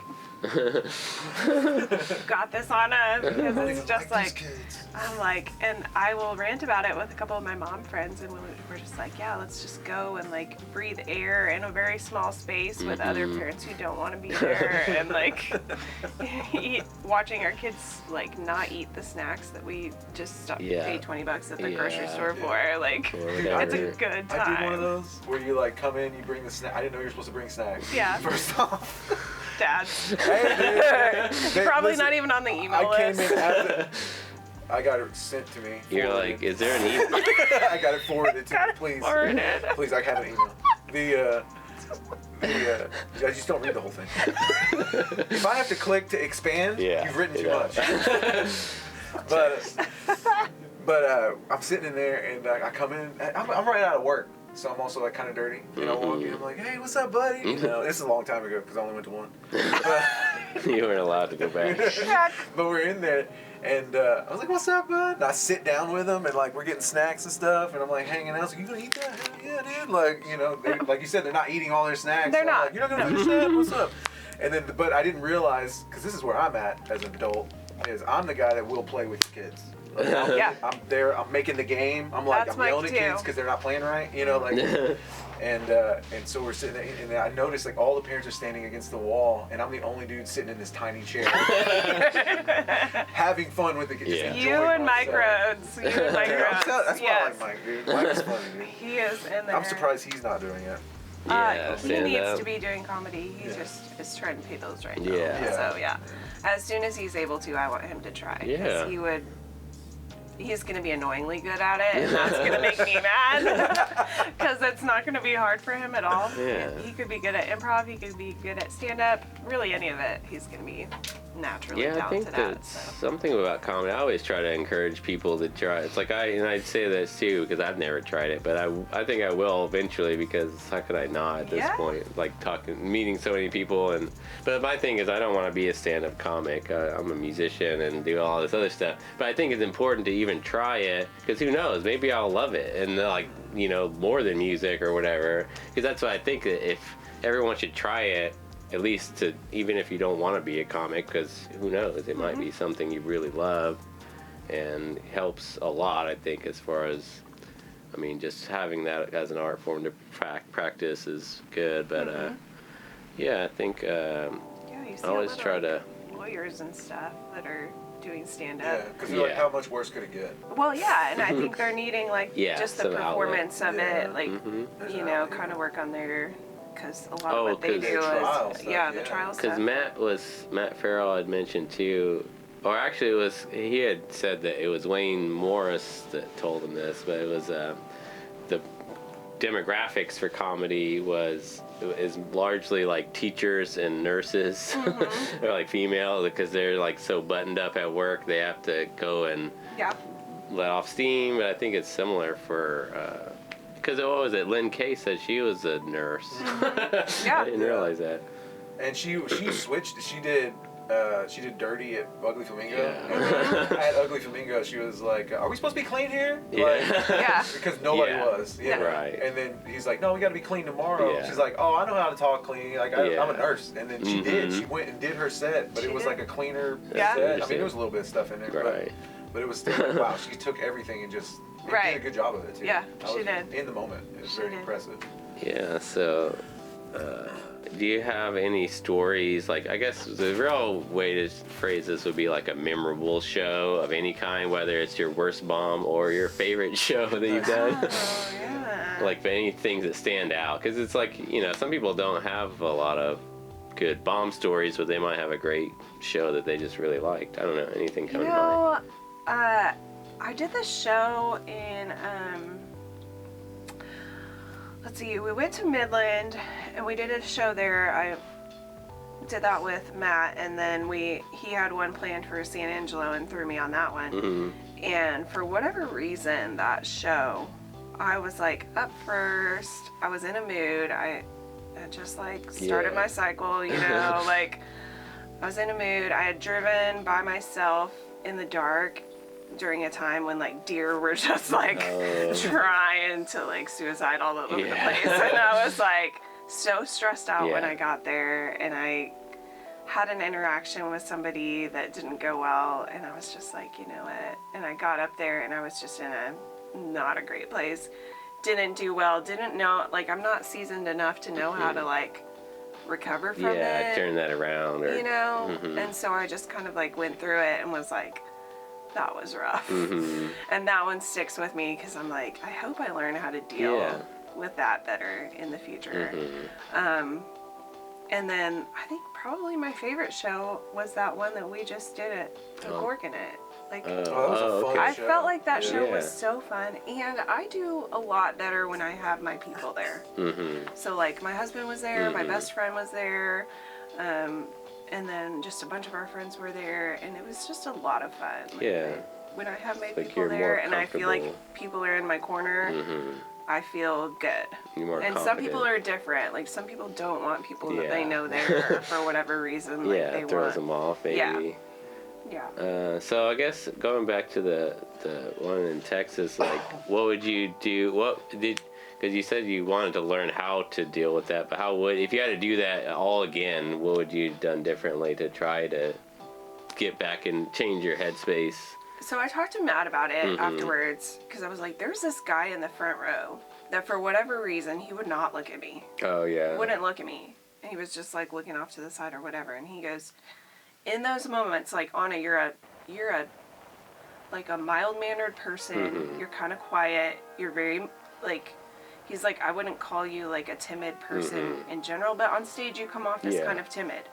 Especially compared to other comics. Yes. And so he's like, you need to learn how to like hone in on that guy. Like lean forward, like make him pay attention to you. To get his attention. Yes. And focus on that. Yeah, and I think if I could have done that, that would have fueled me for maybe the rest of the show. That one might change your mindset, just focusing on one person instead of the whole thing. Exactly, yeah. That's a good tip. I mean, he had even said that himself. Matt, when he was on, he had mentioned that show at Rough Tail, and he was like, he likes to give himself challenges when he's on stage, and there's the same situation. One guy in the back that was not laughing at anything. Yeah. And so that was his only focus. Yeah. So that's a good tip for sure. I think that's kind of the reason why I like asking that question, because it's like, and Julie Drake had mentioned, it's like the only time you ever learn anything is when you bomb. Yeah. I mean, really. For if you do great, you're not gonna, really think about it as much and go over the set and try to get, So yeah. Where do you see yourself? What are your goals for the next year, and what does success look like to you? Man, okay. Whew. I feel like my version of success is going to look a little different and a little slower, just based off of where we're at in life. And like we talked earlier, just my capabilities as a human to juggle things. And so I would be really happy to maybe learn how to be a better host and to get maybe some host spots. Like, I don't think I'm where feature and headline are going to be like I'm really pushing hard towards those goals. Like, let's take small little bits and like get to hosting status, get comfortable with hosting, and then move forward from there. Do you have any plans on how to do that? Are you gonna start doing your own shows? I know you did one at Ugly Flamingo, didn't you? Yeah, I did that. Yeah, I did that one at Ugly Flamingo, the Halloween show. That was a lot of fun. I was Britney Spears. Yep. And I had my knives, and I did like a whole knife dance. That was a lot of fun. I did. It was great. Nobody got on video. I know. I was like, I'm sorry I missed that show, because I like the Ugly Flamingo. It's right down the street, so it's like there's really no excuse for me not to go. Other than you're gonna smoke for 3 days. Yeah, and it's kind of late. I mean, just for me, because like I mentioned, I work for the news, so I work in the morning news, which is like super early stuff. Yeah. So that is difficult, but that's only once a month anyways. I need to start trying to make it out there more often. I think I was gonna submit to, because I haven't even submitted to like Tulsa, Bricktown, and like our Bricktown like submit to be like a host or whatever, or whatever their process is. So that's what I've been trying to like build up a set that I feel confident enough to submit for those things. And did you record at Enclave? I did record it. That'd be a good one. I think so too. Yeah, that was a good one. That was a good crowd. It was a good crowd. Great stage. 15 minutes. I think I only said damn once. Mostly clean. Super clean. That's the way to go. Yeah. Yeah. So, and I was really aiming for that. I'm like, I want to be able to do clean comedy in a way that it sets me up to be more versatile and have more opportunities. So not that like, I don't think that we're anywhere near like the raunchiest of raunch, but like, just to be able to do it and be confident and have those jokes stand alone without like extra words or whatever. Because then it's like you don't have to worry about it. If you have a set that's like, you don't have to think about like, oh, how many kids or how many young, are out there. It's gonna work. Yeah. Yeah, dude, I love that. I love when somebody's like, "Hey, man, can you do clean?" I was like, "Man, that's all I got." Yeah. That's all I got. I got a couple of dirty things that I keep in my back that's pocket. probably super anxiety-inducing for people that don't practice clean at all, and then they're like, "Oh shit, I have to do a clean show." Like that sucks, for them. Yeah, because a lot of those jokes, like, you've got to write them differently if you're gonna make them stand on their own. Like, I'm reworking my coma joke because I'm like, man, there's a moment in there where, like, I, like, you know, use the word bitches, and it's, like, a good spot to use it. But I'm like, I've got to use that joke, but have it punch in a different way. Because you can't say bitches. Yeah. Well, I do one where I do, man, and it hits so hard. Yeah. When I do it, because and I've heard some people say like, "Hey, bitch" is kind of a hacky way, but it fucking works, and if it works, it works, you know. I think I know what you're talking about. You know what I'm talking. So I do that one where like I have stretch marks, and my kid's like, "Do you look like a bear?" I was like, "Bitch, what'd you say?" See how he's heard it before. Yeah, right. That's what I was gonna say. Because it's like, I think people probably might hear that and like, oh, you just called your kid a bitch. I do it again, dude. So it's like, I think people have that, not only saying the word at all, but the way you use it. Yeah, right. But the other thing is you have to play more into the emotion of it, and I go, I'm gonna put this shirt back on. Yeah. I'm just like, quit. Yeah, you switch back to being like the from the offense and defense or whatever. You don't say that. That's how you make a bad person. That's how. Yeah. It works, but then you don't want to say that at like a clean show. So Right. I have little spots like that Exactly. where I do have moments where it can be dirty, if it calls. Because some crowds just like dirty too. And you're like, oh, I don't have anything for this. That's what I like. Yeah. So I think we had A.B. Hill on, and he said something about like sometimes you can be too dirty or not dirty enough. Yeah. And I've had that. Depending on, you don't know what the crowd is gonna John want or Wallen and expect. Dave Branch kill, and then I go up there. I'm like, listen to my cute jokes. Yeah. I'm funny. So it's good to be versatile. Yeah. It's like you can, if you have different sets that you can go to, depending on the situation. Yep. So let's see, what else? When Mike gets started, do you think you can bring him over? Is this really just you don't? Let me start this jealousy now. Just gonna go ahead and use No, I'm me in for love my with husband. Mike. I think that's what it is. What? I think I'm in love with Mike. So you gotta let it go. He's mine now. I'm sorry. You can hang out with Liz. Yeah, we didn't talk about Mike. Mike Rhodes says here, Mike Rhodes, 1907 roofing.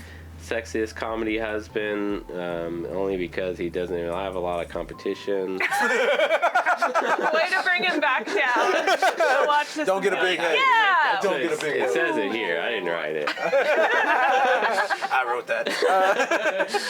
Oh God. Yeah, no, I met him at the party. It was great. I mean, I guess He's awesome. You said he was at Put a Cork in It, but I didn't meet him that night. But yeah. Yeah. I bring Liz on because I like that how you said it. It's like someone's in your corner. Yeah. Yeah, and Liz is like my good luck charm. You have, Yes. Yeah. Every time I look out and see him in the audience, I'm just like, I'm doing fine because he's always smiling. Like, Yeah. He's always. Yeah. And like, you can kind of use that to like judge how you're doing in a way, just based on. or even not, just to trick you into you're doing great. Yeah. Like. They're not gonna smile. You know, they're gonna smile for you. Right. They're gonna smile. No I matter looked at what. Mike too. I didn't even look at Liz. I was like, look at that damn smile. Oh, and his hair's so perfectly cool. So beautiful. So nice. But yeah, like I was gonna say that whenever Liz was hosting Yeah. that Lively show, and like I saw you watching Yeah. her, and like just the pride that you had for her, like it reminded me of like the pride that Mike has every time I get up, and I'm just like I love it. I love a supportive spouse. Yeah.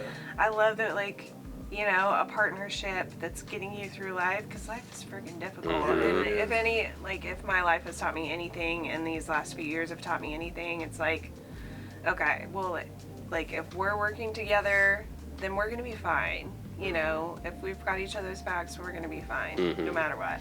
Yeah, So- it gives you that confidence Yeah. in life and just in general a Yeah. little bit. Well, it gives you a home base. Yeah. Yeah. You can kind of be like, that was rough. Yeah. Right? That was rough. Can you give me a hug? You know? Yeah, I've had some of those exactly. shows where she's like, Yeah. Yeah. try better. Yep. But I think that's important because I can imagine like if I was a comic, I don't have a significant other at all, so it's like I would just have to rely on friends or other people to even judge on what how I'm doing or something like that. So it's hugely beneficial to have anyone like that. And I'm sure people that probably have good friends or other comedians too if they don't have that. But Well, Liz knows me, and she knows like oh, that probably bothered him. Yeah. Or like, oh, he doesn't usually do that. It's like, hey, you did that one piece. Yeah. I don't know if that's you, really. It's like, oh, no, I was just trying something Yeah. out. Right. But that's how you also figure it out. I don't know. It's nice to have him around, like you said. It's like a home base. Yeah. And she's way sweeter than me. Yeah. You know? So she's like I'm Mike's sweeter than me too. I'm a little abrasive Yeah. sometimes because I can come in as inauthentic. I don't mean to be, but I'm just like very, like I said, puppy dog energy. Yeah. A puppy dog will still jump on you and you're like, stop. Yeah, that's what I was gonna say. It's like you're always excited and you Yeah. have a lot of positive energy, but sometimes it can be a lot. Like I said, I was raised by my grandparents, so it's like, hey man, let's make sure that they feel like they made the right choice. You know? Like, Reassure them. But I've always kind of been that way since. I mean, when I was younger, I was probably more positive, naive. But Yeah. but I don't know where I was getting. Yeah. But anyways. Yeah. You're saying she's sweeter than you? Oh, she is. Yeah. Like, and I'll let her. Like, if we're talking in, like in a group or something, I'll let her go first, and then she can just make it. She makes it easier for me to come in. Yeah. Because like she doesn't care honestly about other people's stuff for the most part. And so like, Yeah. but she's gonna be nice to you. Yeah. And she's very motherly. Yeah. And where she's abrasive, where I'm abrasive, she's like sweeter. Yeah. And so like she takes the door and does all that. And I'm more of just like hey, how's it going? You know, it can be if you enter a place and a guy immediately goes, hey, how's it going? You're like, oh, this is definitely a dead bird. I don't want to touch this. You know what I'm saying? So it's like she does that and then kind of eases it in. Yeah. I'll just let her go. And she does it for the business too. She took the phones for a long time. Oh yeah. Yeah, I was gonna say you guys have always been a great team as far as complimenting each other in a lot of ways. When we did that. We did the anniversary, and when I did that speech or whatever, I was like, "She's strong where I'm weak, and I'm weak where and that's exactly it. Yeah. It's like back and forth. When somebody goes down, the other person picks them up. Right. And like, I think that is something that it's very important as far as like, as a human, you kind of feel like it really helps to have it. You know? Yeah. And so anyways. Something. So what is the biggest challenge that you see in like for comedians or just anyone that like what is the challenge that young people have when it comes to getting into art, or what advice would you have to overcome it? Yeah, I was interested in what you were going to say also on this topic because I think part of it, as you're a millennial, right? Yeah, I think so. Yeah, we're all around the same age. Okay. 87. I think, we're walking this line of like, culture is changing and shifting and becoming maybe more empathetic and maybe understanding, giving people like space to be whoever they are. And we're at that cusp of like, okay, so over here there's like, maybe Gen X boomers, like kind of all that over here where they're like, I don't know, we're just living our lives, we do what we do. And then we're like, okay, we want to like learn and accommodate and shift and change, and learning to do that within comedy I think has been really interesting because like I want to be really sensitive to the audiences that are out there, and for that reason like it fuels a lot of the things that I'm willing to like say, not say, laugh at, in a way that like I don't know, like some people just like to go out there and like take digs or poke at things in trouble. a way that's harmful and not in a way that Yeah. makes you think. And so, I don't know, I am hopeful for the up and coming generations and comedy and using that as a tool to like educate and communicate better as humans. But I don't know, there's also the side of it, we have more technology than we've ever had before, and there's a lot of creative content out there, and some people just like steal creative content, and then other people like accidentally steal. It's almost like you see something and like it goes into your brain, and then you're like writing something and you think it's original and maybe it's not, and maybe it's fueled by that. Have you seen that? I don't think so in me, but if someone pointed it out to me, like I wouldn't be surprised, I wouldn't ever do it intentionally, but I think I consume so much comedy. Yeah. Well, I think it's, if you take the mechanics, it's like working if you're doing music, you're working scales or chords. You know, once you make the melody and the lyrics, that's the stuff you can copyright. But you can't copyright the chords or the drum progression Well, or the mechanics. So if you can take that and then say you accidentally picked up somebody's stuff. Sure. You didn't mean to. Maybe parallel thinking. Maybe you did overhear it. Yeah. But because you write, you're going to write more. Anybody who steals intentionally is cheating themselves. Right.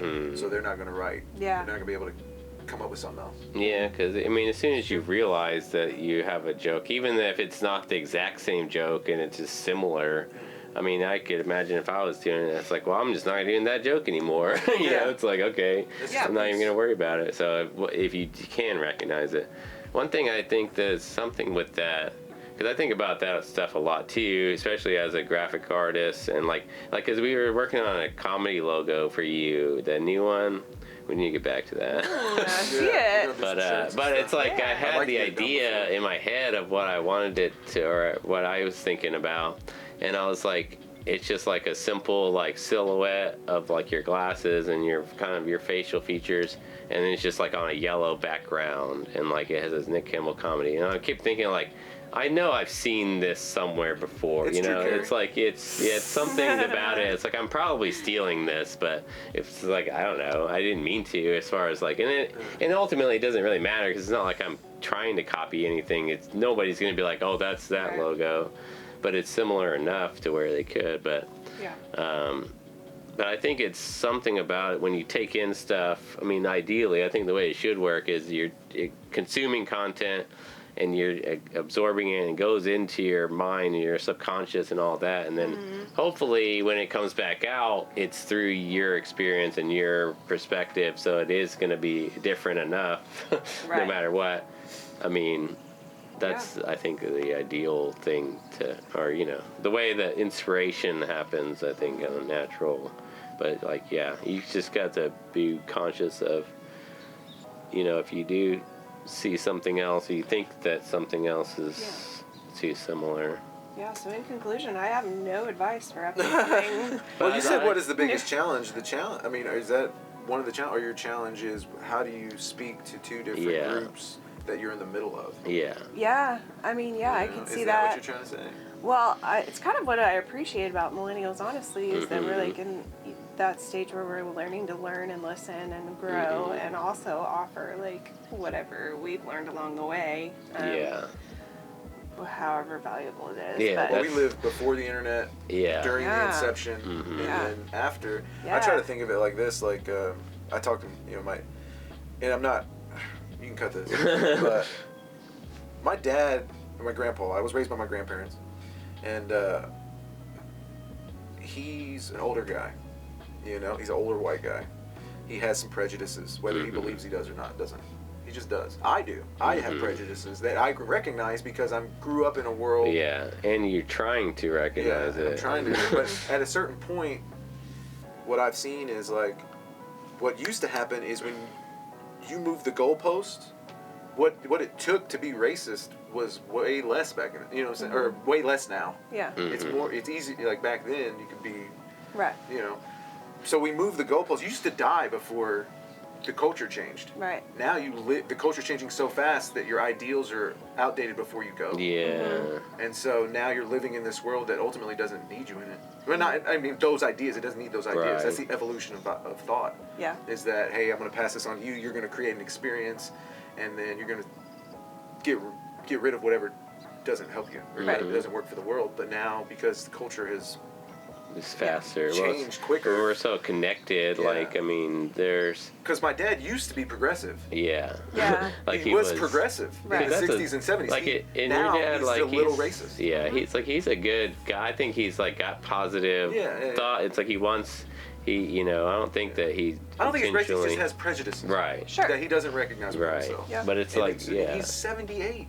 He's not going to change now. Yeah. You know, he was like, I was good 20 years ago. Why is it not the same now? Right. And that's when they move the goal, but they don't realize that it's like, well, that continues effort and like, it's hard. It's hard for you now with your stroke. It's hard for him. His skin is so old.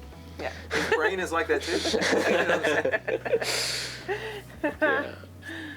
Yeah. No, that's a good point for sure. I never That's thought the truth about of it like that as far as the culture Well, we changing. grew up in Northeast where we were 5 white guys in a whole black school. Yeah. And so we were in it, we were in it. immersed in culture, And different it was than never ours. any different. He grew up during the Taft riots. Yeah.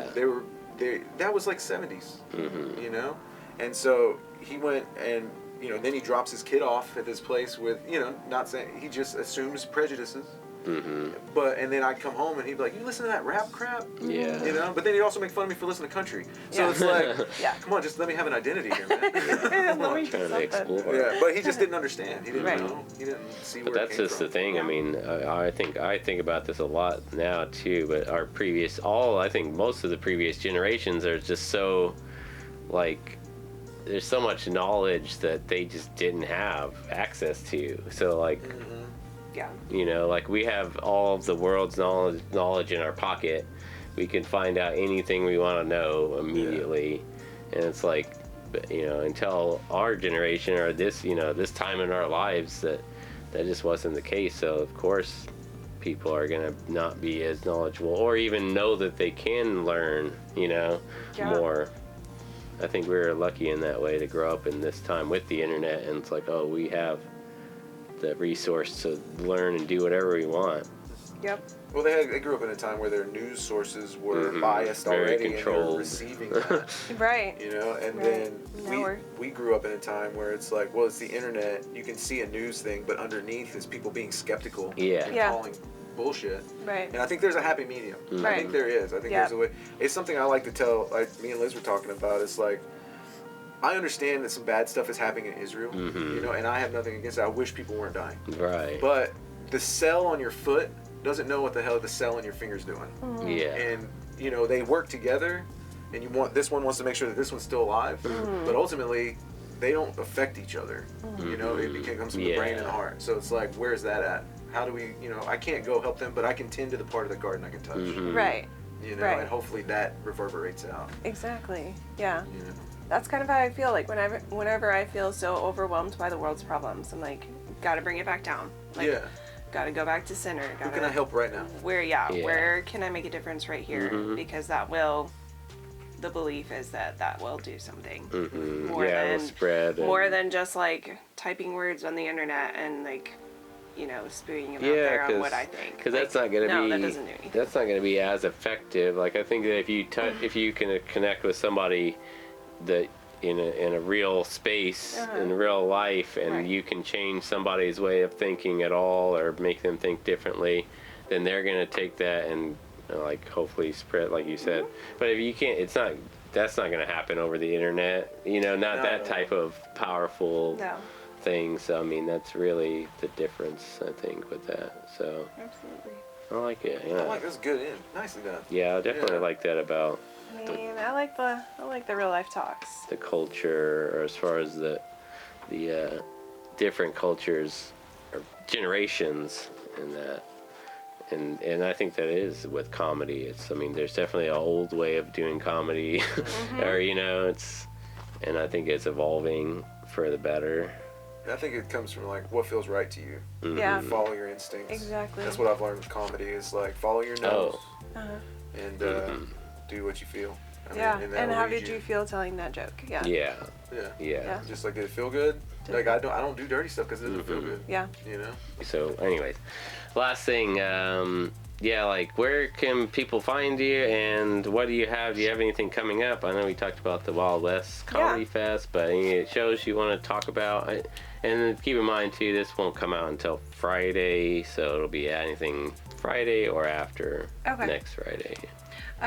So I do the most on my Instagram. It's Strokes with Jokes, Anna Rhodes Comedy, and I try and put all my stuff on there. And then I have coming up. I have Barry's Burgers on the 16th of March. Yeah, that's over on May, or right? Yeah.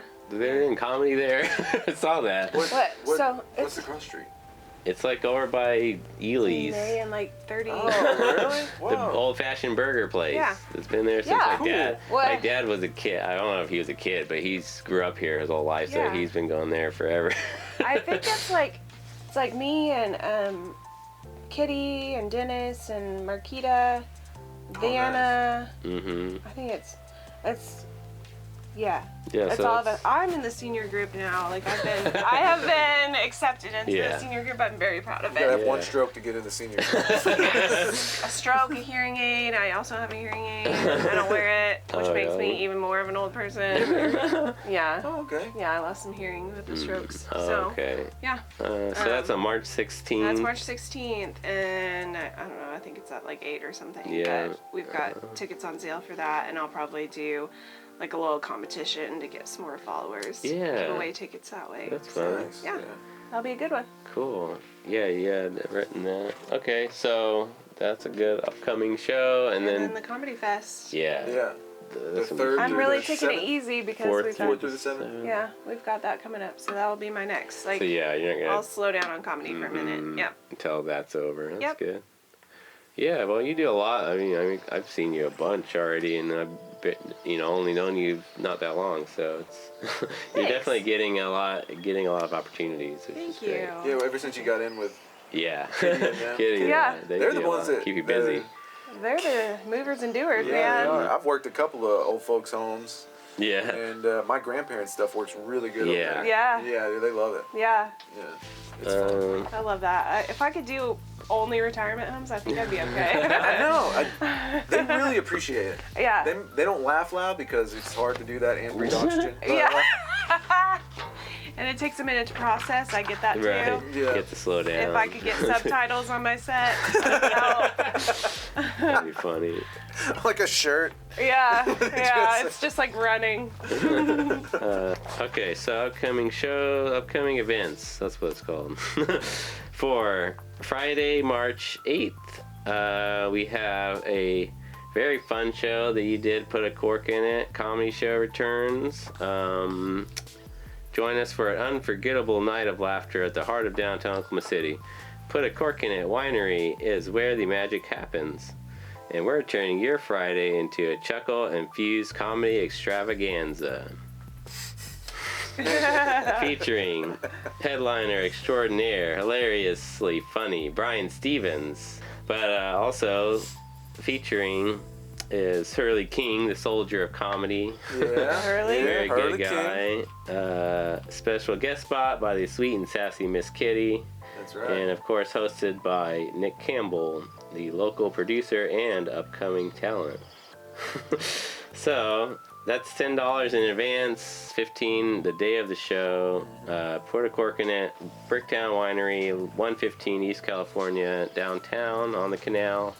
So get your tickets. I mean, they've been selling out every month, so probably need to get on. Right now we're we're at the run up. This is where it Yeah. ramps back up, and we're pretty low on tickets. Because this show is going to be tonight, so it might already be sold out on By March the 8th. time, yeah. but our tickets are selling out. We're about 3/4 of the way through them. Yeah. Put a cork in it. That's pretty good. So Yeah. Yeah. no, it'll be fun. It's always a good room. So Yeah. that's that one. Then what else you got, Nick? All right. So we have Michael Murphy's comedy night, dueling piano. Michael Murphy's dueling piano Mhm. comedy night. So they're doing Nice. comedy. Yeah, hosted by Curtis Newsom. Mhm. Right, great comic right there. It's gonna have Will Davis, Yeah. John Wallen, Wes Corwin, and J.J. Wood. I mean, that's every heavy hitter in OKC, Nice. minus some. You know what I'm Minus us. saying? Yeah. But yeah, dude, it's a great show. March 9th. That's gonna be above Put a Cork in It. So yeah, it's the same. No, it's the set next day, Saturday. It's the next day, Saturday, so that's March 9th. And that's going to be at 119 Flaming Lips Alley. Doors at 6:30, show at 7. And I'm not seeing anything as far as cost here.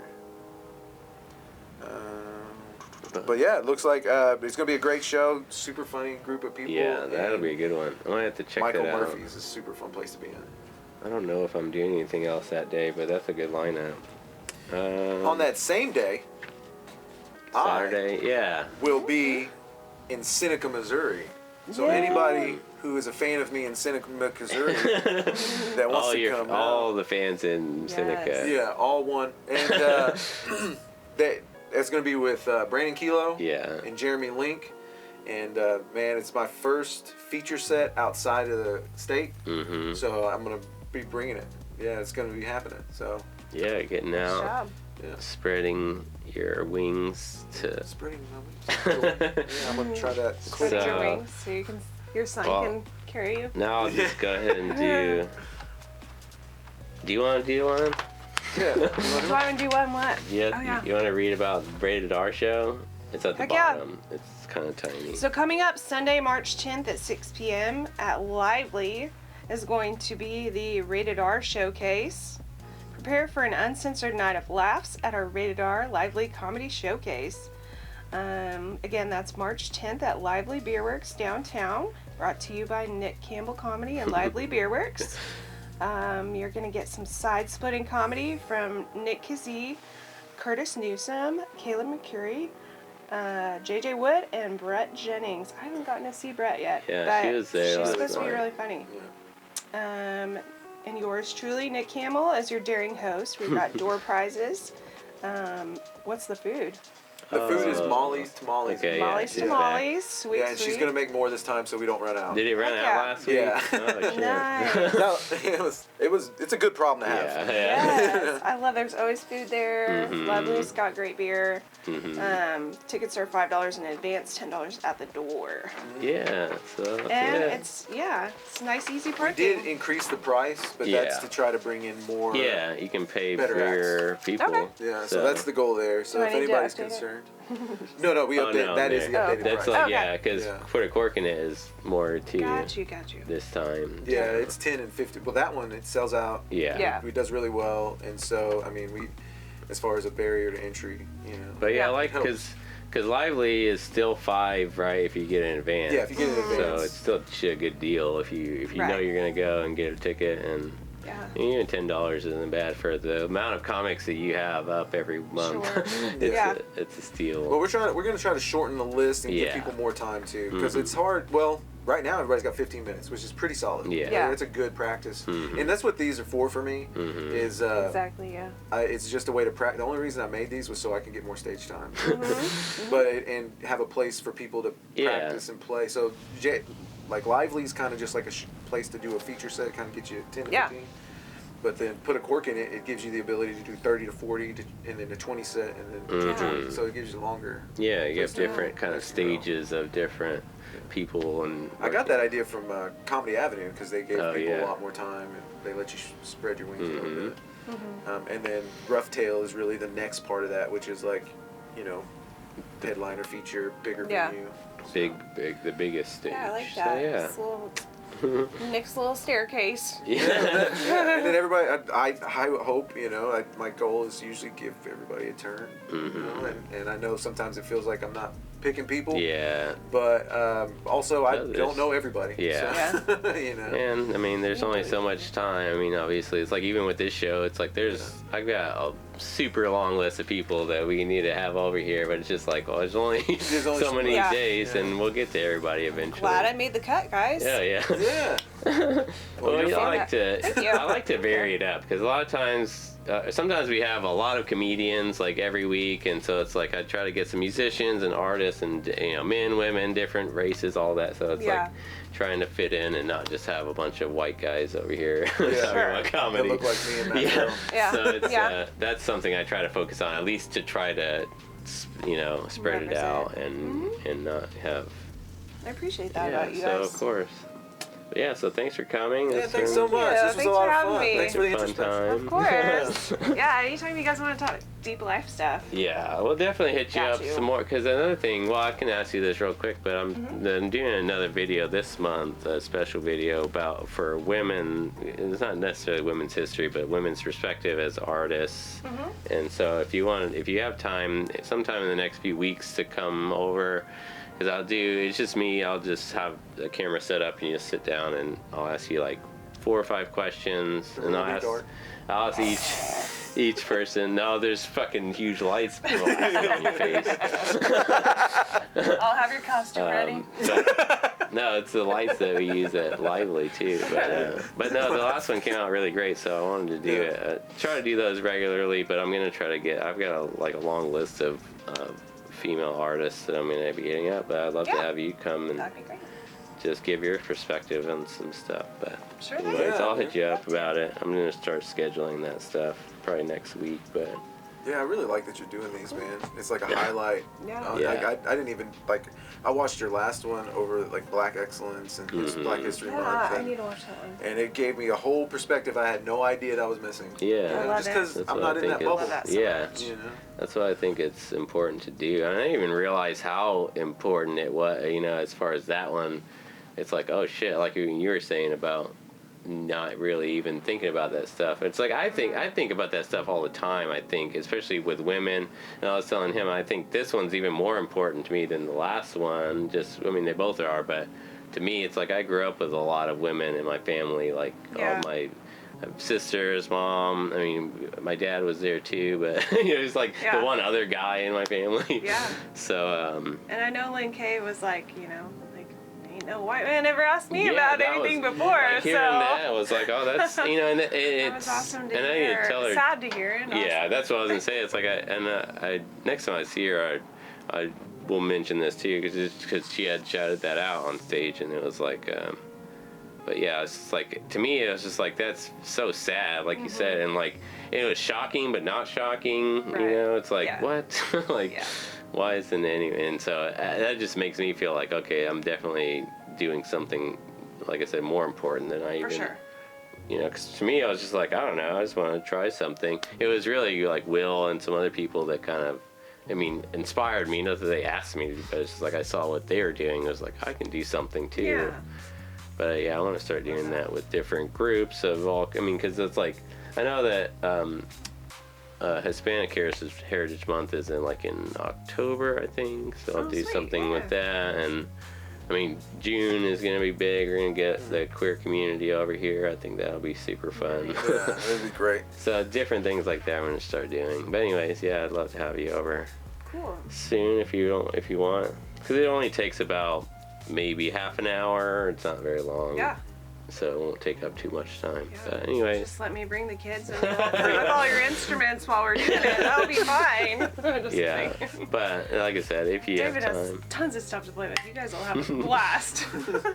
get the keyboards out. Yeah, Yeah, give them all the expensive things. That'll just really. be attached to the video game system. Yeah, I got the games Truly. for Yeah, sure. Xbox. Anyway, so that's Okay. it for the show. Thanks for watching, Hey, everyone. thanks, guys. Bye. Great That's job. good to do All that. right. Nicely Thank done. you guys. That was so much fun. That was so much fun. Got I some knew it good would stuff. It's interesting moving down to the Bible Belt. I always thought it was weird that it was called the Bible Belt. I think the term belt kind of suggests that there's holding up of pants. And after almost 20 years of living here, I would say this is the most pants down state I could have ever lived in. Yeah, pants down for sure. We just